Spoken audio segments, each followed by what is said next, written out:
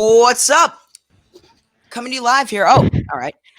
I'll finish the intro, but what's up, everybody? Coming to you live here from Bethany Beach, Delaware. Michael's in Baltimore, but I am in Bethany Beach, Delaware on vacation, but doesn't stop me from keeping it here for you guys. Josh Berman, Michael Mursky here. Let's get things going, especially next. We haven't done the next in a while. Yeah, here, hold on, let me, Oh, I forgot to tell you to tweet it out. It's fine. I'll do that right now. By the way, we're going to publish this on YouTube. All right, did you topics during the countdown? No, I did not. Did you put the topics on YouTube? All right, here, I'll do the topics right now. Do the topics right now while I do this out. Is my lighting okay, by the way? Yeah. Is mine? Josh? Yeah, yours is perfect. The next is back at 3:30, by the way, guys. It's Nuggets Jazz. You know, I'm going to add a topic. We should do a Nuggets Jazz preview, maybe? All right, put that at the end. Right, at the end, right. All right. Tonight's topics, we will start with, should we do last night's score center? Okay. Last night's score center.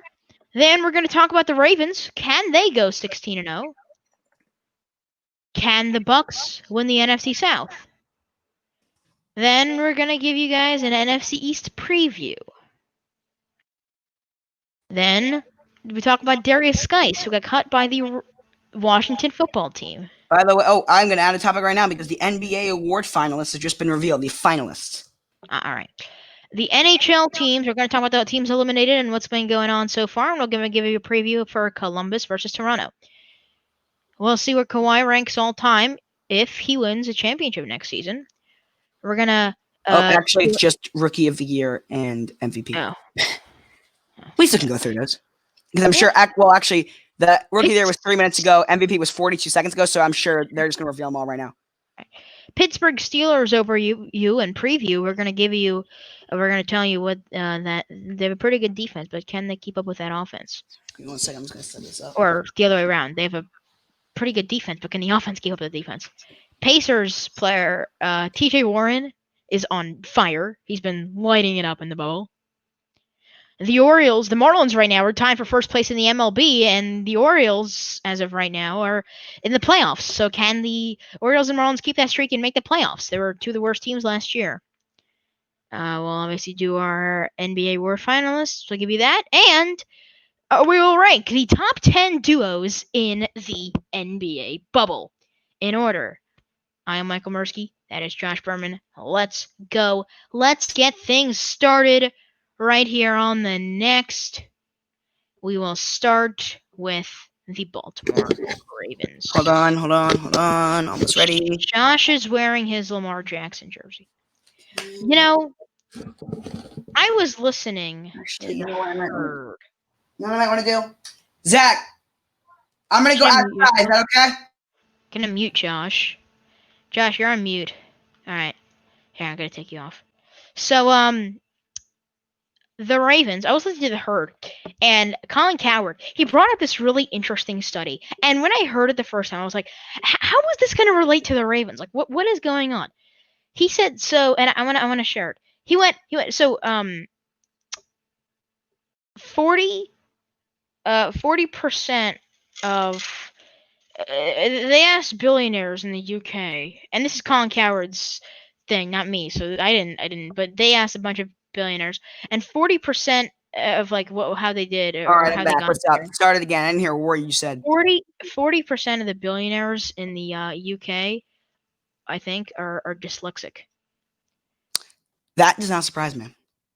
So I can tell you this as someone that like millionaires. I don't even know. Neither way, I can tell you this, people like that. I mean, I don't have dyslexia, ADHD and stuff. The reason I can tell you right now, the reasoning behind all that stuff is because they think very differently. Exactly. Colin Cowherd was saying that. Strategic. It's not dyslexia, too. Any kind of those learning differences stuff. I don't have dyslexia. I have ADHD and stuff like that. And the reason why I come up with stuff that's very out there sometimes, and my explanations are very different, is because my brain thinks differently. That's probably what he's saying, and I think I understand what the connection is already. Yeah. With the Ravens, they're also being doubted, and he was saying in his lifetime, there's never been an MVP that's being doubted by over half the NFL. Very true. And Lamar Jackson, for some reason, he's just entering his prime. The kid's younger than Joe Burrow. I mean, he cannot win playoff You're games. starting to sound like Cowherd. Your cadence is now starting to sound like him. Thank you. I appreciate it. That's what I was going for. Oh, In fact, you probably stole that line directly from him, didn't you? What? The kid's younger than Joe. It just sounded like him. Oh no. Okay. He didn't even mention that. Oh. No, but like friend of the show, Brian Barth. Oh, Lamar's prime is over. He's 23 years old. I think he could repeat the success he had last year. But now we go into 16-0. There is not a positional group for the Ravens that downgraded from last year. The wide receivers improved. We had a pretty good defensive line last year. We improved on defensive line. We improved on linebackers. Our secondary stayed the same, but we still have one of the best secondaries in the NFL. I would argue the best. Yeah, me too. I think we. I kind of love the best. I would argue actually. Chargers are there. I mean, actually, you know what? Yeah, I'm gonna say we do have the best. It really comes to number one. It really comes to who's better, Chuck Clark or Nazir Adderley. I'd say Chuck Clark. I'd say Chuck Clark too. So yeah, Ravens best secondary in the league. Can we agree though it's between the Chargers and Ravens because of the corners and safety combined? I'm trying to think. I mean, I feel like there is one that we are missing out. Who are we? Because there's a team that we're missing right now, and I can't remember who it is. Oh, Patriots maybe. No. It's Pittsburgh. Pittsburgh, Minka, Joe. I think we're better, but I think that's who I was thinking of is who you were missing out of. No, Joe Hayden, Minka Fitzpatrick, Steven Nelson. That's a very, very good secondary. Yeah, I also think Dolphins have really good. No, I'd take Steelers. I think Dolphins are the best corners in the NFL. Yeah, and I disagree with you on that. Well, right, I know you do. All right, but can the Ravens go 16-0? I believe, and I know me and Jess are in agreement whether or not they can. We both think they can. Now, whether or not they will. No. Like they have the talent to go 16-0 and the schedule. No, they don't. They have the schedule. Really? They have the schedule too. Let me know why. Let's go. Let's argue on the Ravens. And Josh is like, "Oh God, I never thought I'd actually be lower on the Ravens than someone." Well, I'll tell you why. Because first of all, in the NFL switched to this type of scheduling because before this they played in a 14-game schedule, and that's with we all know about the Dolphins. They went 14-0, yeah. But in the NFL, we've only had the 16-game, and this is actually ironically this is the final season of the 16-game era, I guess you can call it. But yeah, it is. But because remember not this season, but next season they switch to 17. Remember? Right. Yep. So in that history, though, I believe it was in the 1980s. Around no, it was not. It was There's gonna be 18 weeks, right? Yeah. Yeah. No, it's gonna be 18 weeks. 18, I'm sorry. Yes, you're right. You're right. My bad. Yes, but they switched to 17 weeks in when was it? It was somewhere in the 80s, right? I'm trying to think. I believe it was. All right. Anyway, I'm annoyed now because I gotta figure it out. and I was just thinking this when I was listening to Colin Cowherd. Now I gotta figure it out. Nope. Now the reason I bring up Colin Cowherd is because I just watch him a lot. That's just like what I. We cannot move on until I figure this out because now I'm officially annoyed. No, but I'll say this. 1982. 1982. Okay. Me and Colin are the same. I have never predicted a team to go 16-0. Right. Never, ever. And I don't think I'm biased. Colin Cowherd literally said the Ravens will go 16-0, flying through the playoffs in the Super Bowl. I know. He said he's never predicted that. His reasoning, I watched the clip because it was on every Ravens fan page ever. No, no. But there was a condensed clip. You watched the whole 6-minute thing. Yes, because that was on the first page. I watched his that. Points that he makes are all very valid points. Right. Everything he said was incredibly fair. Right. The only thing that I come back to is 1982. Okay, that is 38 years. Okay. Uh-huh. That's correct, right? Yeah, 30 years. 38 years, only once have we seen a team go 16-0. Okay? That was the 2007 Patriots. That team does not get enough credit historically because they lost the Super Bowl. Right. Because everyone talks about when you think of 2007 Patriots, what's the first thing you think of? The helmet catch. The helmet, right? Yeah, against the Giants. So, but what doesn't come to your mind, at least immediately, is Tom Brady throwing 50 touchdowns, which at that point was the most ever. Randy Moss setting the receiving records, which touchdowns he still has and yards he had until Calvin Johnson broke that in 2013. And then Brady had most yards ever in the season, most touchdowns in the season, both of which has since been broken. But at that point, the most ever. Mm-hmm. A very underrated defense because how good the offense was. Now, I'm not saying the Ravens' offense is not unbelievably good. I'm not saying the defense is not unbelievably good. And yes, even though John Harbaugh's not Bill Belichick, I'm not even doubting the coaching. All I am saying is there is a reason. We've seen many, many teams that have been just as good as this Ravens team is right now. And yes, I understand the Ravens schedule lines it up perfectly. It's so hard to do. Right. But you gotta listen. I just don't think. I think they'll slip up. I'm not saying 15-1 or 14-2 is not a very, very, very good possibility, but I am saying 16-0. Just it's for you to tell me that the Ravens. You're a Ravens fan, obviously, Michael. You know the Ravens. Even last year, they slipped up a couple times. Last year, even in games they wound up winning at the end. Sure. During that winning streak, we were not perfect during that time. I'm not saying that we shouldn't have won the what was the game? There's a game I'm trying to think of. I'm not saying we shouldn't have won against the 49ers, or against the that's not the team I'm thinking. I said the wrong team. The Bills. It was the Bills. Yeah, the Bills. I'm not saying we should not have beat the Bills because we should have, and we did, and we deserved to win the game. But I'm saying there were moments in that game where we did not play well. Against the Jets in that first half, obviously the second half was very different, but the first half we didn't play we had moments like that. I was disappointed. I tell you that for 16 weeks, the Ravens are not going to have 2 halves of football where that happens. Right. Especially against a team like the Steelers, Bengals, or Browns, where even though we're the better team, they know us so well, those divisional games are never easy, even when we're significantly better than them. Mm-hmm. Sure. So I cannot sit here and tell you that we're going to go 16-0, just because we're going to slip up at some point. The Ravens are the best fans. Yeah. But that doesn't matter. It's true. I understand. You know why, Michael? Because there's no fans of these games. That's not true. I think there will be fans, but there will not be fans of these games, Michael. I think even if we have 14,000 fans, I still think that I would be surprised if the NFL lets fans in this season at all. I don't care what these teams have said. Hey, look at my TV right now is on like 1%, and I can still hear the Ravens fans. Oh, by the way, you don't even know what I'm watching. They're Ravens Cardinals, yeah. Oh, okay. So yeah. On my work. I figured. Yeah, they're showing all the Lamar's games right now. Next is the Chiefs game. I'm gonna watch that during the show. But yeah, okay. Right. But anyway, if the Ravens, think about the Ravens. Their hardest games are all winnable. Right. And I think we're gonna win all those hardest games. As a matter of fact, the Ravens are favorite to win every single game. Yep. I have never seen that for our team.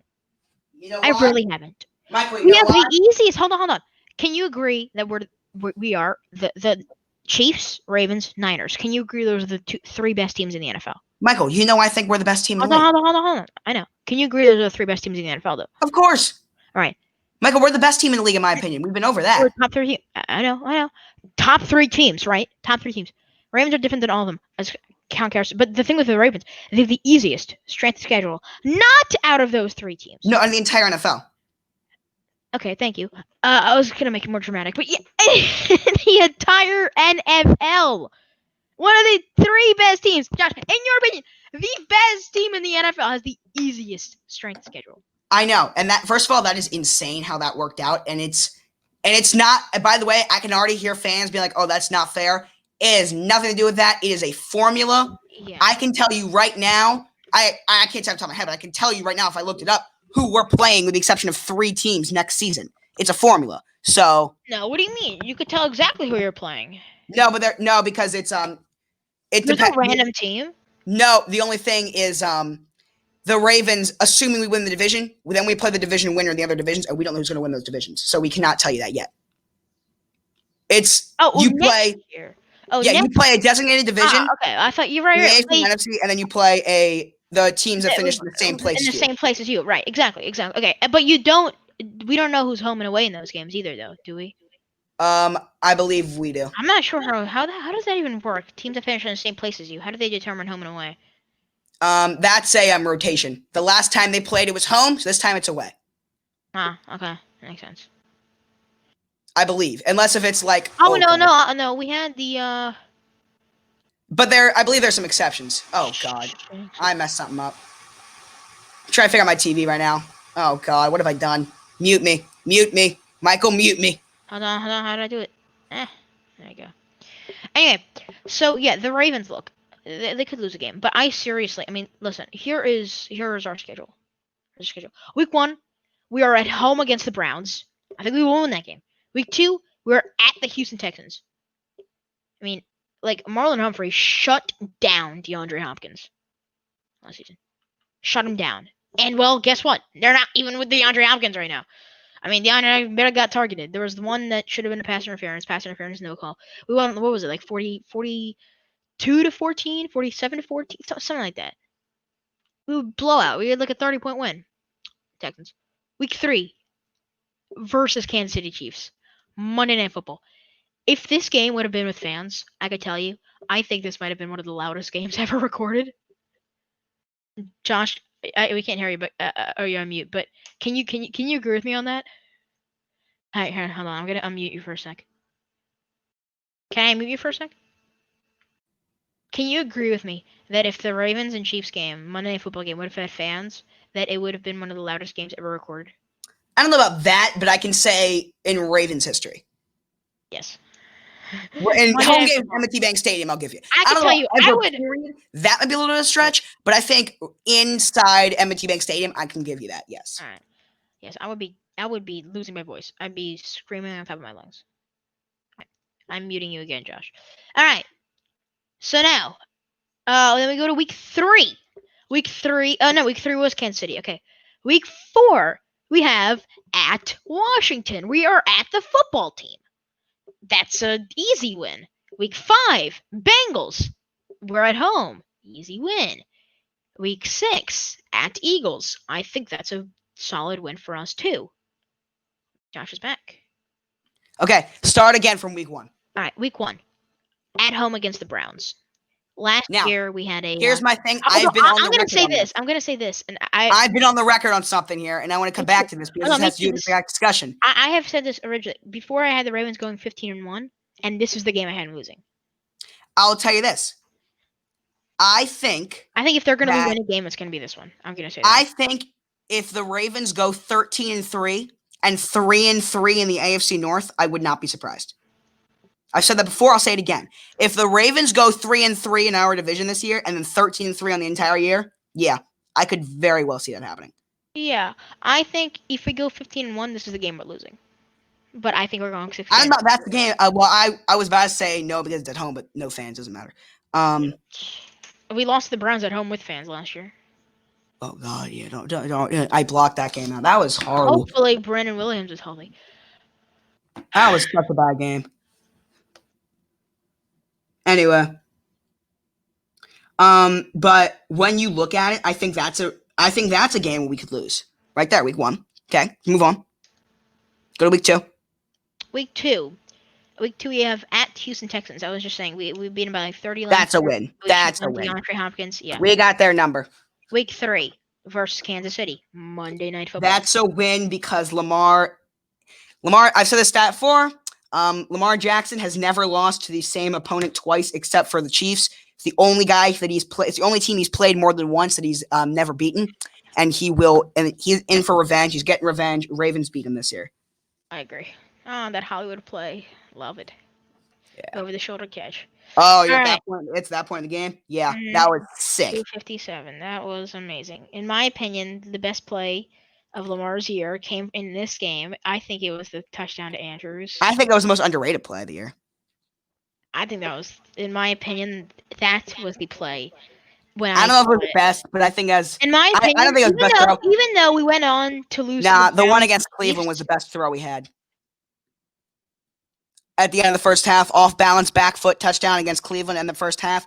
That's the best throw we've ever made. Andrews in the week In 17 the end game? zone. Yeah, No. absolutely.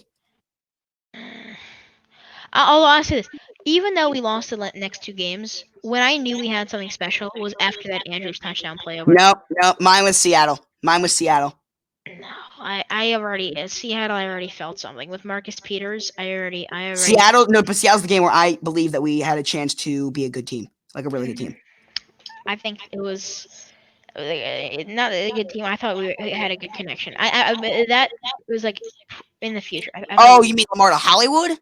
No, Lamar to Mark Andrews. I meant to say Lamar. Okay, yeah, that I agree with. No, I'm saying in general, like the Ravens offense in the upcoming season. That's when I think I agree with that. Yeah. Himself. That play, in my opinion, Lamar solidified himself as the future of the Ravens. No. You know when I think he did it? I think he did it in a playoff game where he brought us back. When everyone wanted Flacco back in, I know you wanted Flacco back in. Oh yeah, I was yelling. Right. Yep. When Harbaugh said, even if Lamar did horrible that game, when Harbaugh said, Lamar, you're staying in, even if he played the worst football we've ever seen in our entire lives, even if that happened in that game, which was the opposite, he played very well in the second half. That to me is when he solidified himself. It showed, okay, the Ravens believe in this kid. Is when they had every reason in the world to take him out for Flacco and they didn't. That's when I knew, okay, Lamar's the guy. He can suck. He can be amazing. He's our guy. Sure. All right. We've been talking about the Ravens for 20 minutes. Do you want to keep going through the schedule or do you want to?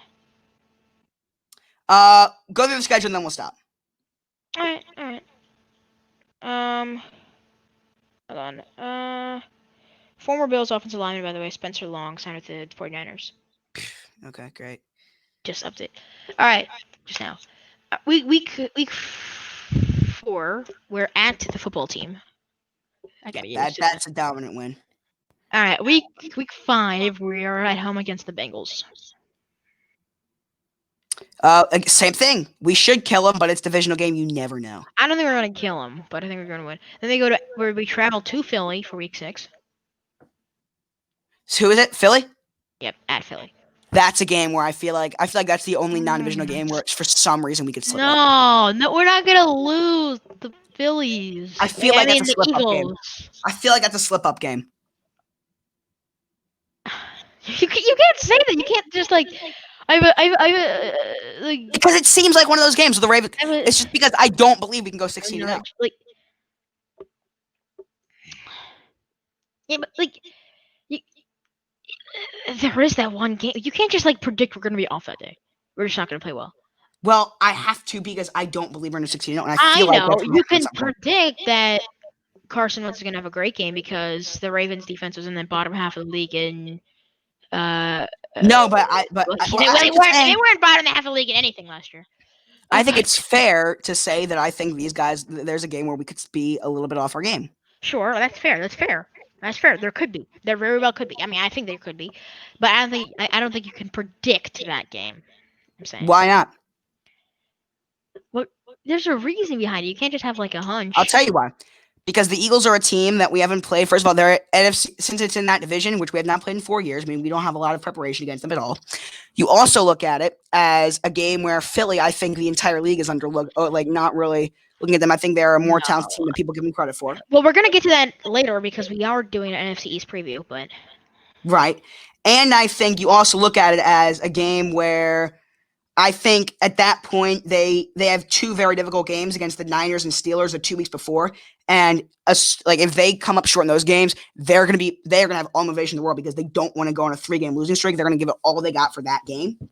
I think all of that in there. I think it's just that they're gonna want it more. They're gonna give it more. I think they're gonna really, really give it all they got that week. I think that's the week where they just really give it all they got. So that's why I think they can slip up that week. That's why I made that prediction. Mm-hmm. So that is my reasoning. Okay. All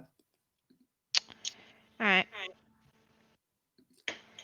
You want to move on? But yeah, we have time to move on because we've done this for a week. 7. Okay. Oh, okay. Well, I don't think we've predicted the raid. We'll do this again when we go through our official schedule predictions. Right. Which, by the way, when are we going to do that? End of August-ish. Okay. Because the Bucks in the NFC South. Can Can they? Can they? Not will they? Can they? Yeah, they got a shot. I mean, I'm not going to sit here and say that they got no chance whatsoever to do it because that's not true. That's right. But I mean, that really blows it out of the water. But they're not going to. I don't think they will. I don't think they will. No. I just don't think they are as good as the Saints. I think the Saints are in that division, in my opinion. I gotta agree with you on that. But let's talk about the Bucks. I don't really know what else I have to say about these guys. I mean, we've talked about them so much. I don't really have more thoughts on these guys, to be honest. I just saw the MVP finalists. Why is one of them an MVP finalist? Well, you gotta have 3. I know, but I think his teammate might have it. No, okay, never mind. No, I think those are the right 3 if I'm looking at it right. If I see the right guys. Yeah, I think that's the right 3. Alright, we'll get to that later, though. Alright. Those are the right 3. I want to talk about the Bucks here. Okay. We talk about the Bucks, but I want to talk about them again. I love talking about the Bucks because the Bucks are. You gotta realize, the Bucks have, in my opinion, a top 5 front 7. And I don't at all. I think it's a very underrated front 7. I will give you that, but not top 5 at all. I think they're top 5. Okay. We've argued that before, so we're not gonna get into that. All right. Then you go to the offensive line. The offensive line improved. Tristan Wirfs. I like to pick up. They also got some other guys in the draft. Right. Donovan Smith's not playing, though. I believe Donovan Smith opted out. He did? Yeah. Don't they have what's his name? Let me double check that real quick. Hold on. Let me double check that. They have Jensen, but they also have the other guy. Hold on. Jensen, no, but Donovan Smith is a tackle. I know. But they have that guard that's really good. He has not opted out. He did not opt out. Who's that guard that's really good? On their team? Yeah, hold on. Oh, Marpet? Yes. Ali, right? Ali Marpet? Ali Marpet, yeah, he's good. Ali Marpet's really good. And then you look at the receivers. Wide receivers. We don't even need to go into that. Yeah, Chris Godwin, Mike Evans, and people are sleeping on this Tyler Johnson kid out of Minnesota. He's number 3 guy.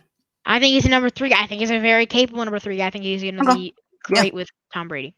And they go to the tight ends. Rob Gronkowski, who we don't even need to, Again, we're good, yeah. Yeah. Top 5 tight end, and he's playing with Tom Brady. I don't get what are you saying here? What different point are you going to make? I think the Bucks will go 11-5, 10-6ish. Okay. And I think they could really give the Saints a run for their money. And I think if their secondary steps up, that's the only weakness. I think if they would have had a really good secondary, they maybe would have beaten out the Saints. But they don't have a good secondary. And they have Agreed. Sean Bunting and that's it. Yeah. And that's not some people exactly. If Sean Bunting is the best player in your secondary, you have a secondary problem. Actually, they drafted Antoine Winfield. Yeah, that was my thing with Tampa. I understand drafting Tristan Wirfs. I'm not criticizing the Tristan Wirfs pick, but I would have probably taken a corner. Yeah, or a safety. But what corner would you have taken though? Okudah and Henderson. Exactly, that's the thing. Is who would you take? Okudah's off the board. Well, was Henderson on the board still or not? No, he was 9th overall. So and they had the 14th overall pick. Right. Yeah, Henderson went to Jacksonville. So yeah, in that case, yeah. Yeah, I think Wirfs was the right pick. All right. Yeah. So can the Bucks win? Yes. Will they win? No. Let's talk about the NFC East. We have not talked about them a lot. NFC East preview. We will start. We're gonna go team by team, and then we're gonna see who wins. Oh wait, no, you took that off. You took who went off. Well, we'll just go into that. Okay. Ready? The NFC East preview. We're gonna start with the New York Football Giants. The Giants. It's gonna be a long year. I'm gonna say this about them. Very long year. The same thing I'll say this coming up soon. For another team, 2-3 years, I think they could be a really good team. I don't see anything for them right now. I think look at that team right now. Until they get rid of Dave Gettleman, I cannot say that. I think it could be a playoff team in 3 to 4 years. I cannot say that until I see them get rid of Dave Gettleman. I like Daniel Jones a lot. I said he would be a bust for any team except for the Giants. And then we look at Saquon Barkley, who I think is the only player right now, or one of 3 players in the NFL right now that have not solidified themselves as Hall of Famers yet. I think Mahomes, Donald, and Saquon maybe. Hold on, what did you say? Who would be future Hall of Famer that have not solidified themselves as Hall of Famer yet? Mahomes, Donald, and Saquon, I think. Well, the young players do not solidify themselves. Right. Yeah. Right. I mean, I'm talking like Brady, Roethlisberger. That's actually a really good topic. I think we should get into that another day because we don't have. I mean, I agree. Right. Because the ESPN made that article, didn't they? Yeah, and Earl Thomas was the Ravens guy over Lamar. Well, is it future Hall of Famers or guys who have already put themselves in? No, Mahomes was, I believe, for the Chiefs. So like. I think it was like a future. Are you sure? I am pretty sure. Okay, because if we're talking guys who've already solidified themselves, yeah, who else would it be? Yeah, actually. Well, yeah, if it's. Yeah, like I'm telling you, yeah. Sounds good to me. Mm-hmm. Okay. Anyway, Giants, it's going to be a long year for them. I cannot point to very many players in that team other than Saquon that I can truly say is a guy. I'm not saying Daniel Jones doesn't have any potential. I like Daniel Jones as well. I know you like him. You like him a little bit more than I do, but I don't have anything against Daniel Jones. I think he has a ton of potential. Since I haven't seen it yet, I can't say like all in on him. But I could say that I'd be surprised if we don't see Daniel Jones take a step up this year. I'll say this. I like Andrew Thomas. Oh, yeah. I like Xavier McKinney. Stuff like that, yeah. But again, let's see what they got first. Let's see how they do first. I'm probably about O'Shane Jimenez, I think. He's not any good. I know what you're talking about. He is. He's okay. He's a rookie last year. I want to say Old Dominion. Whatever. But my point is, this year we're talking about this year. Yeah, they got nothing. Yeah, this year. No, right. Yeah. Right. Okay. By the way, I just finished my duos list. I finished that. Okay. All right, ready? Let's move on to the Philadelphia Eagles. This is it was Old Dominion. Good. Okay. For Jimenez. Yeah. Eagles are a team. I really. I like right now, when we talk about the Eagles, we always gotta talk about the Cowboys. But the Eagles and Cowboys, we can agree on the two best. Let's talk about the Eagles. Just the Eagles. I don't care about the Cowboys right now. Let's talk about the Eagles. Isolate the Eagles. Let's isolate Carson Wentz. Let's talk about just these guys. Okay. All right. Pretty good group of players. Very good group of players. I think if you look at the fact that these guys were able to make the playoffs with such a horrible roster last year that was playing for them. Well, what happened to really good group of players? The guys who were playing for them last season. Like at the end of last season. Mm-hmm. At the end of last season, they had basically a practice squad worth of guys. There's very few times I've ever seen a roster get that destroyed by injuries. Sure. And I can't remember a time ever where that's happened, and they've still been competing. So first of all, that tells me a lot about Doug Peterson, who I think is, by a mile, the best coach in this division. I don't think that's arguable. By a good margin. That is not arguable. Right. I don't think it's an argument. Right. Not at all. I think. Right. I think. Not arguable whatsoever. I didn't say that. Right. I think McCarthy. I was a foregone. I think McCarthy and Rivera don't even come close. The team he has. I think they're capable, but Doug Peterson is the best. Right. Doug Peterson is a top 10 coach in the NFL. I agree. Okay. Now, all that being said, I just think that the key to them is the key to the Eagles these last few years. What is it, Michael? Health. Right. If they can stay healthy, they're already going in the wrong path. I'll tell you that, though. Dangerous team. In my opinion, the best Eagles player on the team is Brandon Brooks, and so they're already going. Yeah, I mean that's a massive. They're already going down. But you do still have Zach Ertz and Fletcher Cox. Still have Carson Wentz, who I think, as I said on the on Sam's show today, even though I am with you, I think Dak is a better player. I think Wentz is the higher ceiling. Sam's show today. We were in live, by the way. Oh, we weren't? No. Oh. Oh, we were live. No. Oh. I did not know that at all. I'll to be fair though, I thought we were live originally too. Okay. So Well, I originally thought we were live as well. I had no Before idea. you came in, I was like, oh okay. I definitely thought we were okay. Oh wow. But I do believe that you look at this Eagles team at full health. I think it's can very well contend with Dallas, and I think it's been a consistently really good team. I'm not a huge fan of what they did in the draft. I think if they had a better draft, if they had a better draft, I'd probably pick them and win the NFC East. So yeah, I like Philly a lot. Yeah. Here's the thing with Philly though. They have one of the best lines in the NFL with Brandon Brooks. Well, they don't have Brandon Brooks, and my problem with Philly is that they can't stay healthy. Right. So, But at full health, that is an incredibly good team.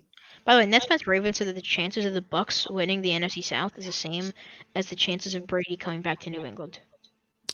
No, I think I think there's a fair chance that I think it's I think New Orleans has a chance. It's not a good one, but I give them like a Tampa. 10-15% chance. Sure. All right. Let's move on to the Dallas Cowboys. This is the team to beat in the division. We've talked about them at nauseum over the last few months. They got a good team, good offense, good defense, great draft. Dak Prescott's Dak Prescott. I don't really think there's. I don't know if anything quarterback in the NFL. Look, you're telling me a top 5 quarterback in the NFL, a top 5 running back in the NFL. Hold on, whoa! What did you just say? Top 10 quarterback in the NFL, top 5. Oh, I'm sorry. I thought you said top 5. Top 5 running back. Okay, no, I thought you said top 5 quarterback. That's why No. I stopped you. You are good. No, top 10 quarterback, but top You're 5 running back. You're good. Keep Can we going. agree Zeke is a top 5 running back though? Yeah. Okay. No, good. the only reason why I stopped is because I thought you said Dak was top 5 quarterback. That's the only reason why I stopped you. Continue. Right. Okay. And then you have, in my opinion, the best receiving trio in the NFL. Okay. With I agree. Amari Cooper, Michael Gallup, and CeeDee Lamb. I agree. Then you go to the tight ends. They gave Blake Jarwin a nice chunk of money this year. Which I like Blake Jarwin. He's okay. I mean, I think he got a little overpaid, but I a think little. He got way overpaid. I mean, I haven't seen enough from him to tell me he's a quality starting tight end yet. No, I think he's a quality starting tight end. I think he's a replacement level starting tight end. I wouldn't say he's replacement level. Nah, he's not that good. He's okay. I guess. All right. Anyway. All right. Then we go to the defense. The secondary has some holes. I mean, they lost Byron Jones. Their best corner is oh God. Oh my God, I'm blanking on his name now. Number 27.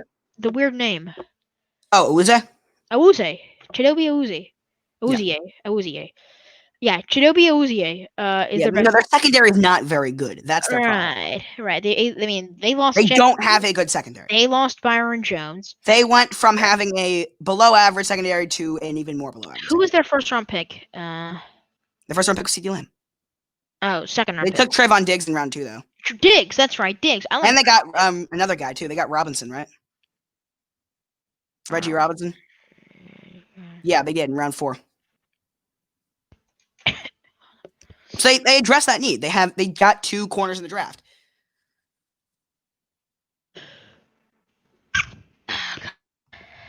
Don't get sick on me, Michael. No, sorry. I think my nose is bleeding. I'm not sure. I feel like this. All right. Anyway, let's move on to the football team of Washington. Gonna be a long year. No hope for them either. Same with the Giants. Okay, you know what? I got some things on Washington. Do you really? Yeah. Well, I don't think they're very good, but yeah, I do think. Here's my thing with Washington. So I did that. Remember, I did like the best teams. Like the CBS put up a thing who out of the teams that did not make the playoffs this year, and I ranked them. I did top 11, and I did honorable mentions. I did like the Panthers, Steelers, Chargers, and so somebody DM'd me, a Redskins fan, I'm not gonna say his name, but a A Redskins football team fan. They're not a Redskins fan. football team, say Washington was not an honorable mention. What's up with that? Because they are not at all. Right. No. But here's what I said. I think I gave a pretty solid explanation. I gotta say this. The Oh, Redskins. I just want to tell them because they suck. No, That would be my answer. the Redskins in 2 to 3 years can be a really good team, but right now they gotta get to figure it out. New coach, Haskins has got to get better. They need to fix their receivers. They need to fix their secondary, etc. They Now got to get better. they have, in my opinion, a top 5 defensive line in football. Well then, what Well, else? this guy said best line in football. What else do they got? You know, they also got a pretty bad division. They also have a pretty bad team. They also have a pretty good coach. Doesn't Now, matter. They don't have a good team. that's why I said 2 to 3 years. That's why I said 2 to 3 years. Same with the Giants. 2 to 3 years. But they got to get the receivers. I love McLaurin. Steven Sims is their second best receiver. Yeah, and he should not be starting. Yeah. Trey Quinn.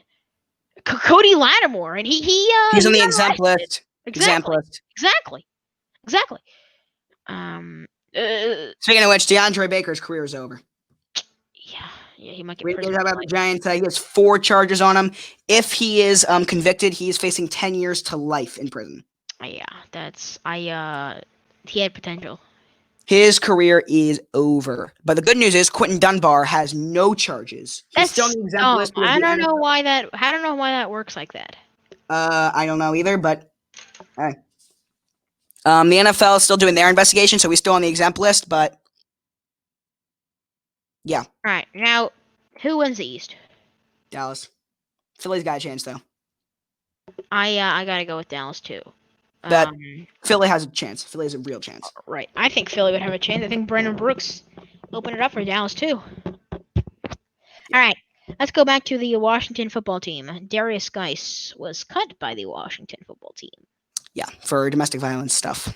Right. No team has picked him up yet, which surprised me. I know it didn't. No, because the guy hasn't been able to do anything really in the NFL. I mean, I know his potential. Yeah. I know when he's on the field, he's been good, but the guy's been, he's done nothing to prove to me. I would not want to. I don't care, domestic violence or not, I would not sign him. I'd sign Darrius, guys. As like an RB3.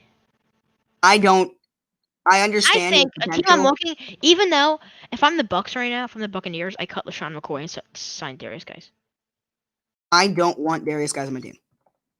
From the Raiders, who just cut Jeremy Hill, I want Darrius guys. Well, because what have you seen in the NFL that tells you that he is good? When he's healthy, but he's not healthy always, which is why he's the running back number 3. By the way, I spelled his name wrong. Hold on. I spelled his name wrong? I did. Oh, you spelled it. Oh, okay. Usually it's the other way around, but yeah, that one was me. Anyway, the guy has played in his career in out of an eligible 36 games that he could have played. You know how many games he's played? How many? 5. You know how many he started? 1. Wow, okay. He has only played 5 games? And he's only started 1. Well, that's not surprising me, but really? Yep. In those games, I will admit, he has been good. What? The most but I don't care. Player finalists came out? Who? And the what? Most improved player finalists. That is absolutely insane. We're gonna get into that. Can I just make one? No, because we have a tie before. We'll get into that later. I want to talk about Guice here for a second. Let's talk about Guice for a second. I don't believe Darrius Guice, while he has potential, he does. Mm-hmm. By the way, I think that most improved player finalists are fine. But literally, my pick is not on there. No. Really? Yes. Who's your prediction? Oh yeah, it's true. He's not. Anyway, I do not believe that he is. You've played 5 games in your career, and you were a 2nd-round pick. No, I'm not signing you, especially with those off-the-field issues, especially with that. So no, I'm definitely not going to take a flyer on him. All right. I'd be surprised if no one does, but I personally would not. Let's go over to the NHL. No, you go over to the NHL. I'm going to watch Clippers Blazers. Is that game on right now? Yeah, it's 22-20 Blazers right now. Kawhi's not playing by that, but anyway, here's my thing with the NHL. You know how much don't think I've ever cheered for a team that's not named the Capitals more than the Canadiens this series. The Canadiens had a losing record. They're the 12th seed in the East. They are the worst team. They are the worst team that went to any of the bubbles. They're the worst team in the playoffs. Right. And the Penguins are probably the best team outside of either round robin. Them are the Oilers, who we'll get to in a second, also got eliminated. But the Penguins got eliminated on Sidney Crosby's birthday. Yes. It was so happy to see the Canadiens eliminate the Penguins. I was watching the end of the game. I was like, oh my God, they're winning! It was like the greatest feeling in the world. It's like the Steelers getting eliminated by the a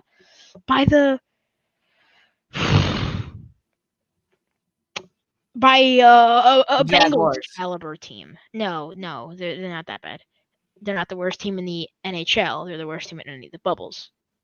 Okay, so let's go with Panthers. Bears. Sure. Okay. It's like the Steelers getting eliminated by the Bears. I mean, me and you would be happy, like really happy about that. But the thing with the Penguins, they're better than the Steelers, like for NHL wise. And then the Oilers, who I thought both Steelers and the Oilers, I thought they could have a chance to sweep, especially the Steelers. But the Oilers lost too. They lost to the Blackhawks, which was insane. So yeah, and then we move on to the Panthers, who lost to the Islanders as expected. The Rangers got swept by the Hurricanes. Kind of surprising it was a sweep. And the Predators lost to the Coyotes. I thought it was gonna be close. I thought it was gonna go to Game 5. I thought the Predators were gonna win, but I'm not like shocked. Wild, as expected, lost to the Canucks. And then we have the Blue Jackets and the Maple Leafs. Last night, I want to tell you a story, Josh. Do you know what happened last night? No idea. Oh, that's right. I was trying to call you about it. The comeback. Hold on. I saw it on SportsCenter this morning. Do you know what I did though? No. So it was a 30-point Celtics lead. You know the Raptors. The Celtics beat the Raptors by like 30. Yeah, I know. It was a 30-point Celtics lead, right? And it was halftime. It was like 20-something, right? And I looked at my phone and I was like, oh, sorry. I went to check the Maple Leaf score. I went to NBC Center. I was like, oh, it's 3-0. There's 2 minutes left, or not 5 minutes left. It's 3-0. And then I was like, okay, you know what? They're gonna that game's over. No, and then the Blue Jackets are gonna win the series. I was surprised. I thought the Maple Leafs would. And then I was doing the game, and I got a notification from the score. Maple Leafs rally back. I was like, what? They did what? And then sorry, am I reading this right? Yeah, and then I was like, what? And then I went and I checked. And I was like, oh my God, this is legit. The Celtics are up by 30. So I went. Why would they lie about that? No, I didn't. I thought it was legit, but I didn't believe my eyes.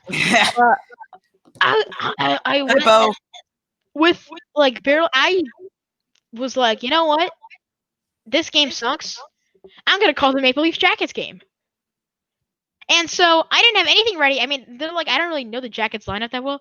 So I like quickly just got the lineup, and they were all jumbled up there. I could barely read anything. I ended up doing that game, and over time it was like all crazy and whatever. The Maple Leafs came back, and the Maple Leafs won. That's incredible.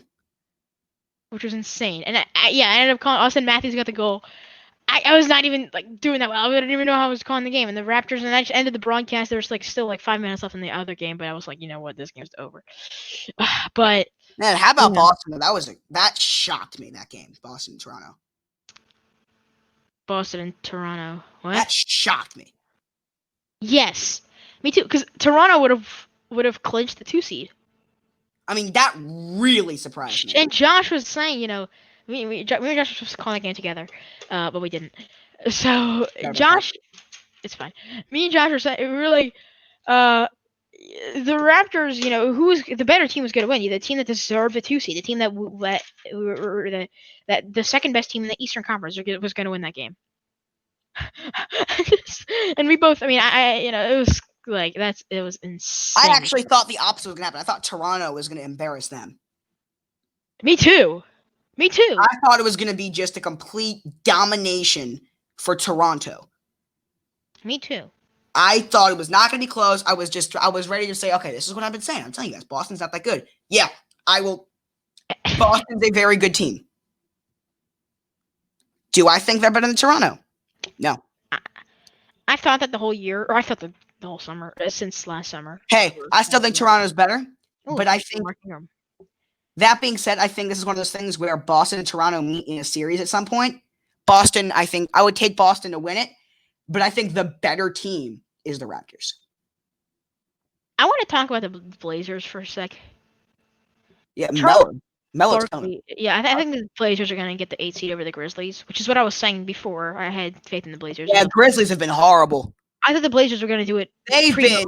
I had faith in the Blazers for a while now. With the Blazers win, by the way, the Kings are out. The Kings get eliminated with a win here by Portland. But Charles Barkley was like, the Blazers are going to play the Lakers in the first. Well, Chuck has been all over them round, and then Chuck's been all over the Blazers for about 2 years. And then he goes, they're going to beat the Lakers and go to the NBA Finals.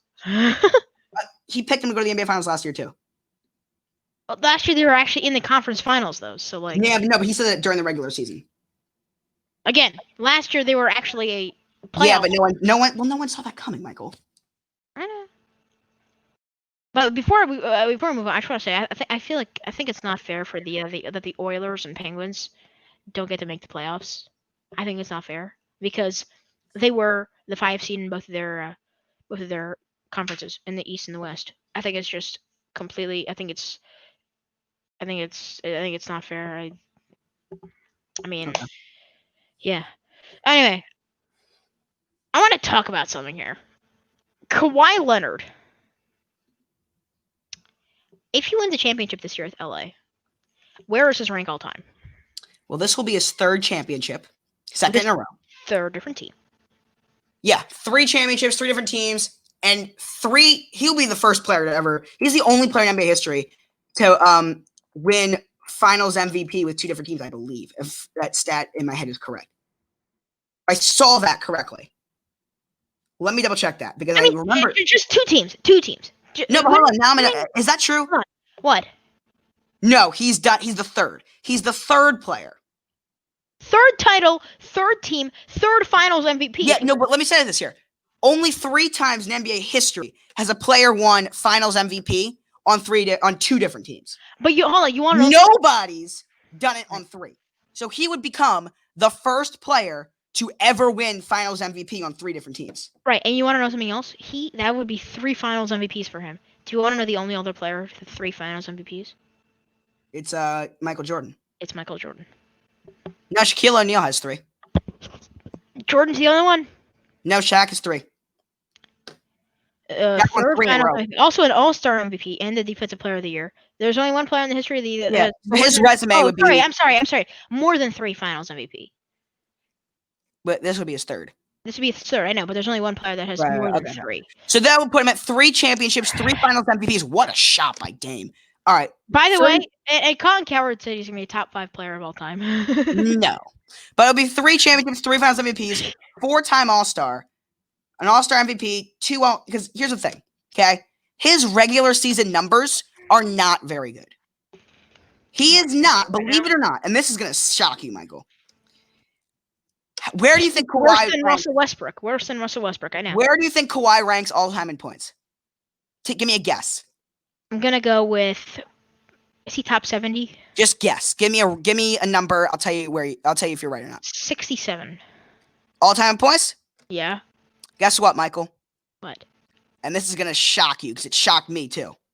He is not in the top 250. Wow.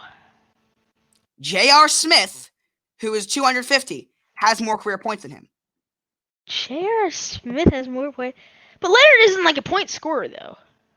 What I was about to say next, though. Kawhi Leonard still has not reached 10,000 career points. In his career during the regular season, that's not bad. He's like not a scorer. He also barely plays in the regular season. No, he's a scorer. He just doesn't play in the regular season. So he hasn't played enough games in the regular season. That's the problem. It's true then. Him and Tobias Harris were drafted in the same year. Tobias Harris has more career points. Okay. Yeah. That being said, I mean, Tobias Harris is also like pretty good. Yeah, but Kawhi Leonard is. Are we having this type of conversation about Tobias Harris? Of course we're not. That's the point. But Josh, where does Kawhi rank all time though?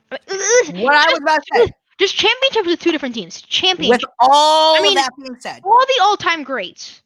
With all that being said, Kareem, he's a Hall of Famer. He's a Hall of Famer. Jordan, Magic, LeBron. He can get eliminated. None of them have championships with two different teams. Michael, listen. He's gonna get a third one, a third team. Listen to me for a second here. Go ahead. If he gets eliminated in the first round and retires, he's still a Hall of Famer. He's a Hall of Famer right now. Yeah. If he retires right now, yeah, he's a Hall of Famer. He gets eliminated in the first round, then retires immediately. He's still a Hall of Famer. Kawhi Leonard is a Hall of Famer. Yeah. If the Basketball Hall of Fame, all you need to do is win an MVP in the regular season, you're a lock. Literally, there's no player who is eligible for the Hall of Fame that's not in who has won a regular season MVP ever in Basketball Hall of Fame. Basketball Hall of Fame is a joke. It's the easiest Hall of Fame to get into by far. So yes, he is. Like Giannis already in there. So if Giannis retires today, yeah. Really? You think if Giannis retires today, he's a Hall of Famer? Since it's the Basketball Hall of Fame, yes, because it's but the Football Hall, right? Okay. Pro Football Hall of Fame, no chance. Baseball Hall of Fame, definitely not. But if one of the greatest home run hitters of all time is not on the Hall of Fame, that's my point. So, however, if we're talking Kawhi, I think a championship here, Finals MVP here, puts him in the top 30. Man, in the late 20s. All right. If he wins the championship and Finals MVP, he has to be Finals MVP because he has to be the reason. It can't be Paul George. It has to be him. Sure. So I'm saying if Kawhi wins it and he is the Finals MVP, yeah, that puts him in the top 30 all time. Top 30 all time. Okay. Sam said that it would barely put him in the top 70 of all time. No, I disagree with that. I think he's already right there near 40-ish. No, I think he's around the 70s now. I think right now he's around the 70s. But I think with a Finals MVP this year and a championship this year, that puts him in the top 30. I'll say that. Colin, he's not top 5. Colin goes Jordan, LeBron, Kareem, which I think is fine. Then he goes Magic and Kawhi. Now you're starting to realize why I don't like the guy. I know, I love him. I still like Colin Coward. He has crazy takes like me. I would never say Kawhi Leonard's top 5 player of all time. I would never say that. No. He's got a long ways to go there. Again, the guy's not even the top 250 all time. Is he even? He's 30. Is he 30? Kawhi? Yeah. Yeah, I think he's 30. Hold on, here, I got it. If not, he's 29. That's insane, though. 29. Insane. Right. That's insane. You're 20. You're not even 30 yet. LeBron's playing at 37. 35 right now. LeBron might be playing. Yeah, there he is, right there. He's sitting on the bench right there with his New Balance T-shirt. Yeah. LeBron might be playing till 40. I think he'll play till 38. Right. Kawhi Leonard is 29 years old. I mean, he is 29 years old. He's not even 30, and there's a chance that he gets his third team, third championship, third Finals MVP. And in this year, he's a Defensive Player of the Year once. He's an All-Star MVP this year. Right. He's got a Hall of Fame resume. He's not even 30 years old yet. Yeah. I think by the end of his career, now I'll ask you this: if Kawhi plays till 36, by the end of his career, is he a top 20 player of all time? I can't answer that yet. No. Is he's on pace? I can't say yes. I can't say no. Okay, look, this guy's only 3. How many championships did he win with the Spurs? He won one. One? Only one? Okay. He was his Finals MVP of the Spurs. That was like his first or second year in the league. Oh, okay. Against the Heat, right? Yeah. All right. Yeah. Look.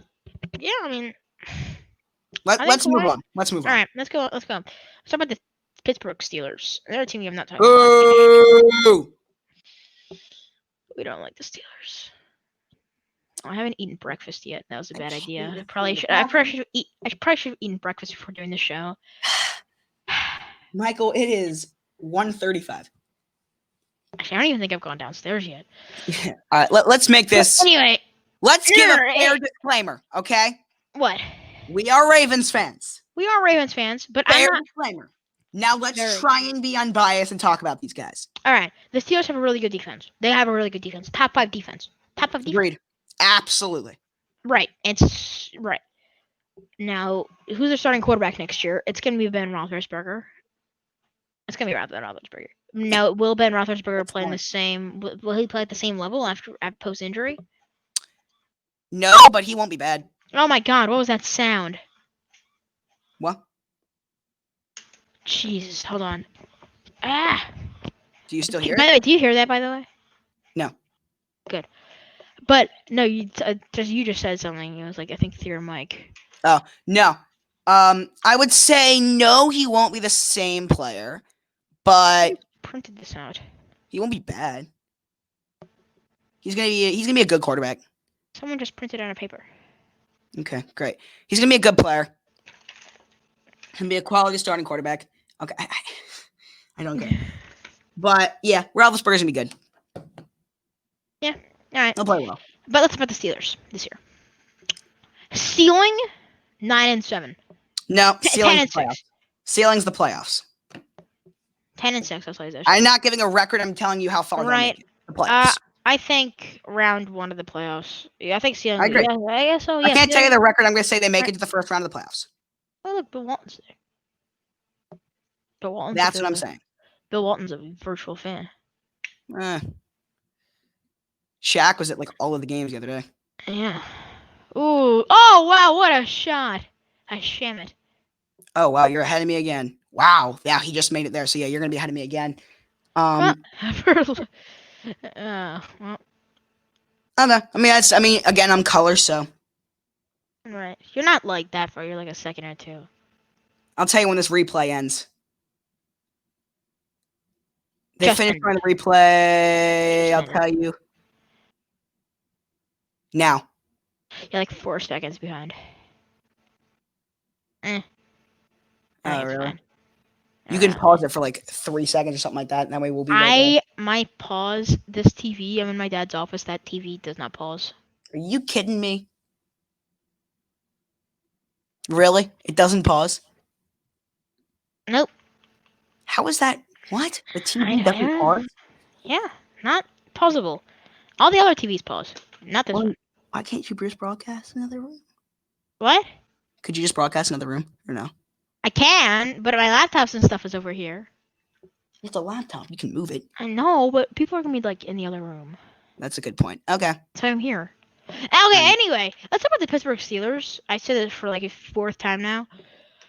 They're gonna be in the playoffs. I think they can. I don't know. I don't think they're gonna be in the. I don't think they're making the playoffs. I don't think they're making the playoffs. I think they're gonna be like an honorable mention. I have them in. They're my 5 seed. In terms of teams that. Wow. Okay. In terms of teams that did not make the playoffs this year that have a chance, I put them. For me, I put them at 9. I have in like 3 or 4. Tampa Bay, Indianapolis, Dallas, Cleveland, Arizona, Denver, Miami, Carolina. I would say ahead of them. I would. Although maybe Carolina goes behind Pittsburgh. Definitely. I would say Dallas, Tampa. Well, switch the order. Tampa, then Dallas, and then Pittsburgh. Really? Over Indianapolis? Yes. Indianapolis. Yes. They're my number 2. You realize the Steelers have one of the easiest schedules in the league too. I know, but Indianapolis is going to win the South. Well, I don't think so. You don't? Well, they could. I'm not saying they won't. I think it's going to be You're close. the one that made me change my pick from.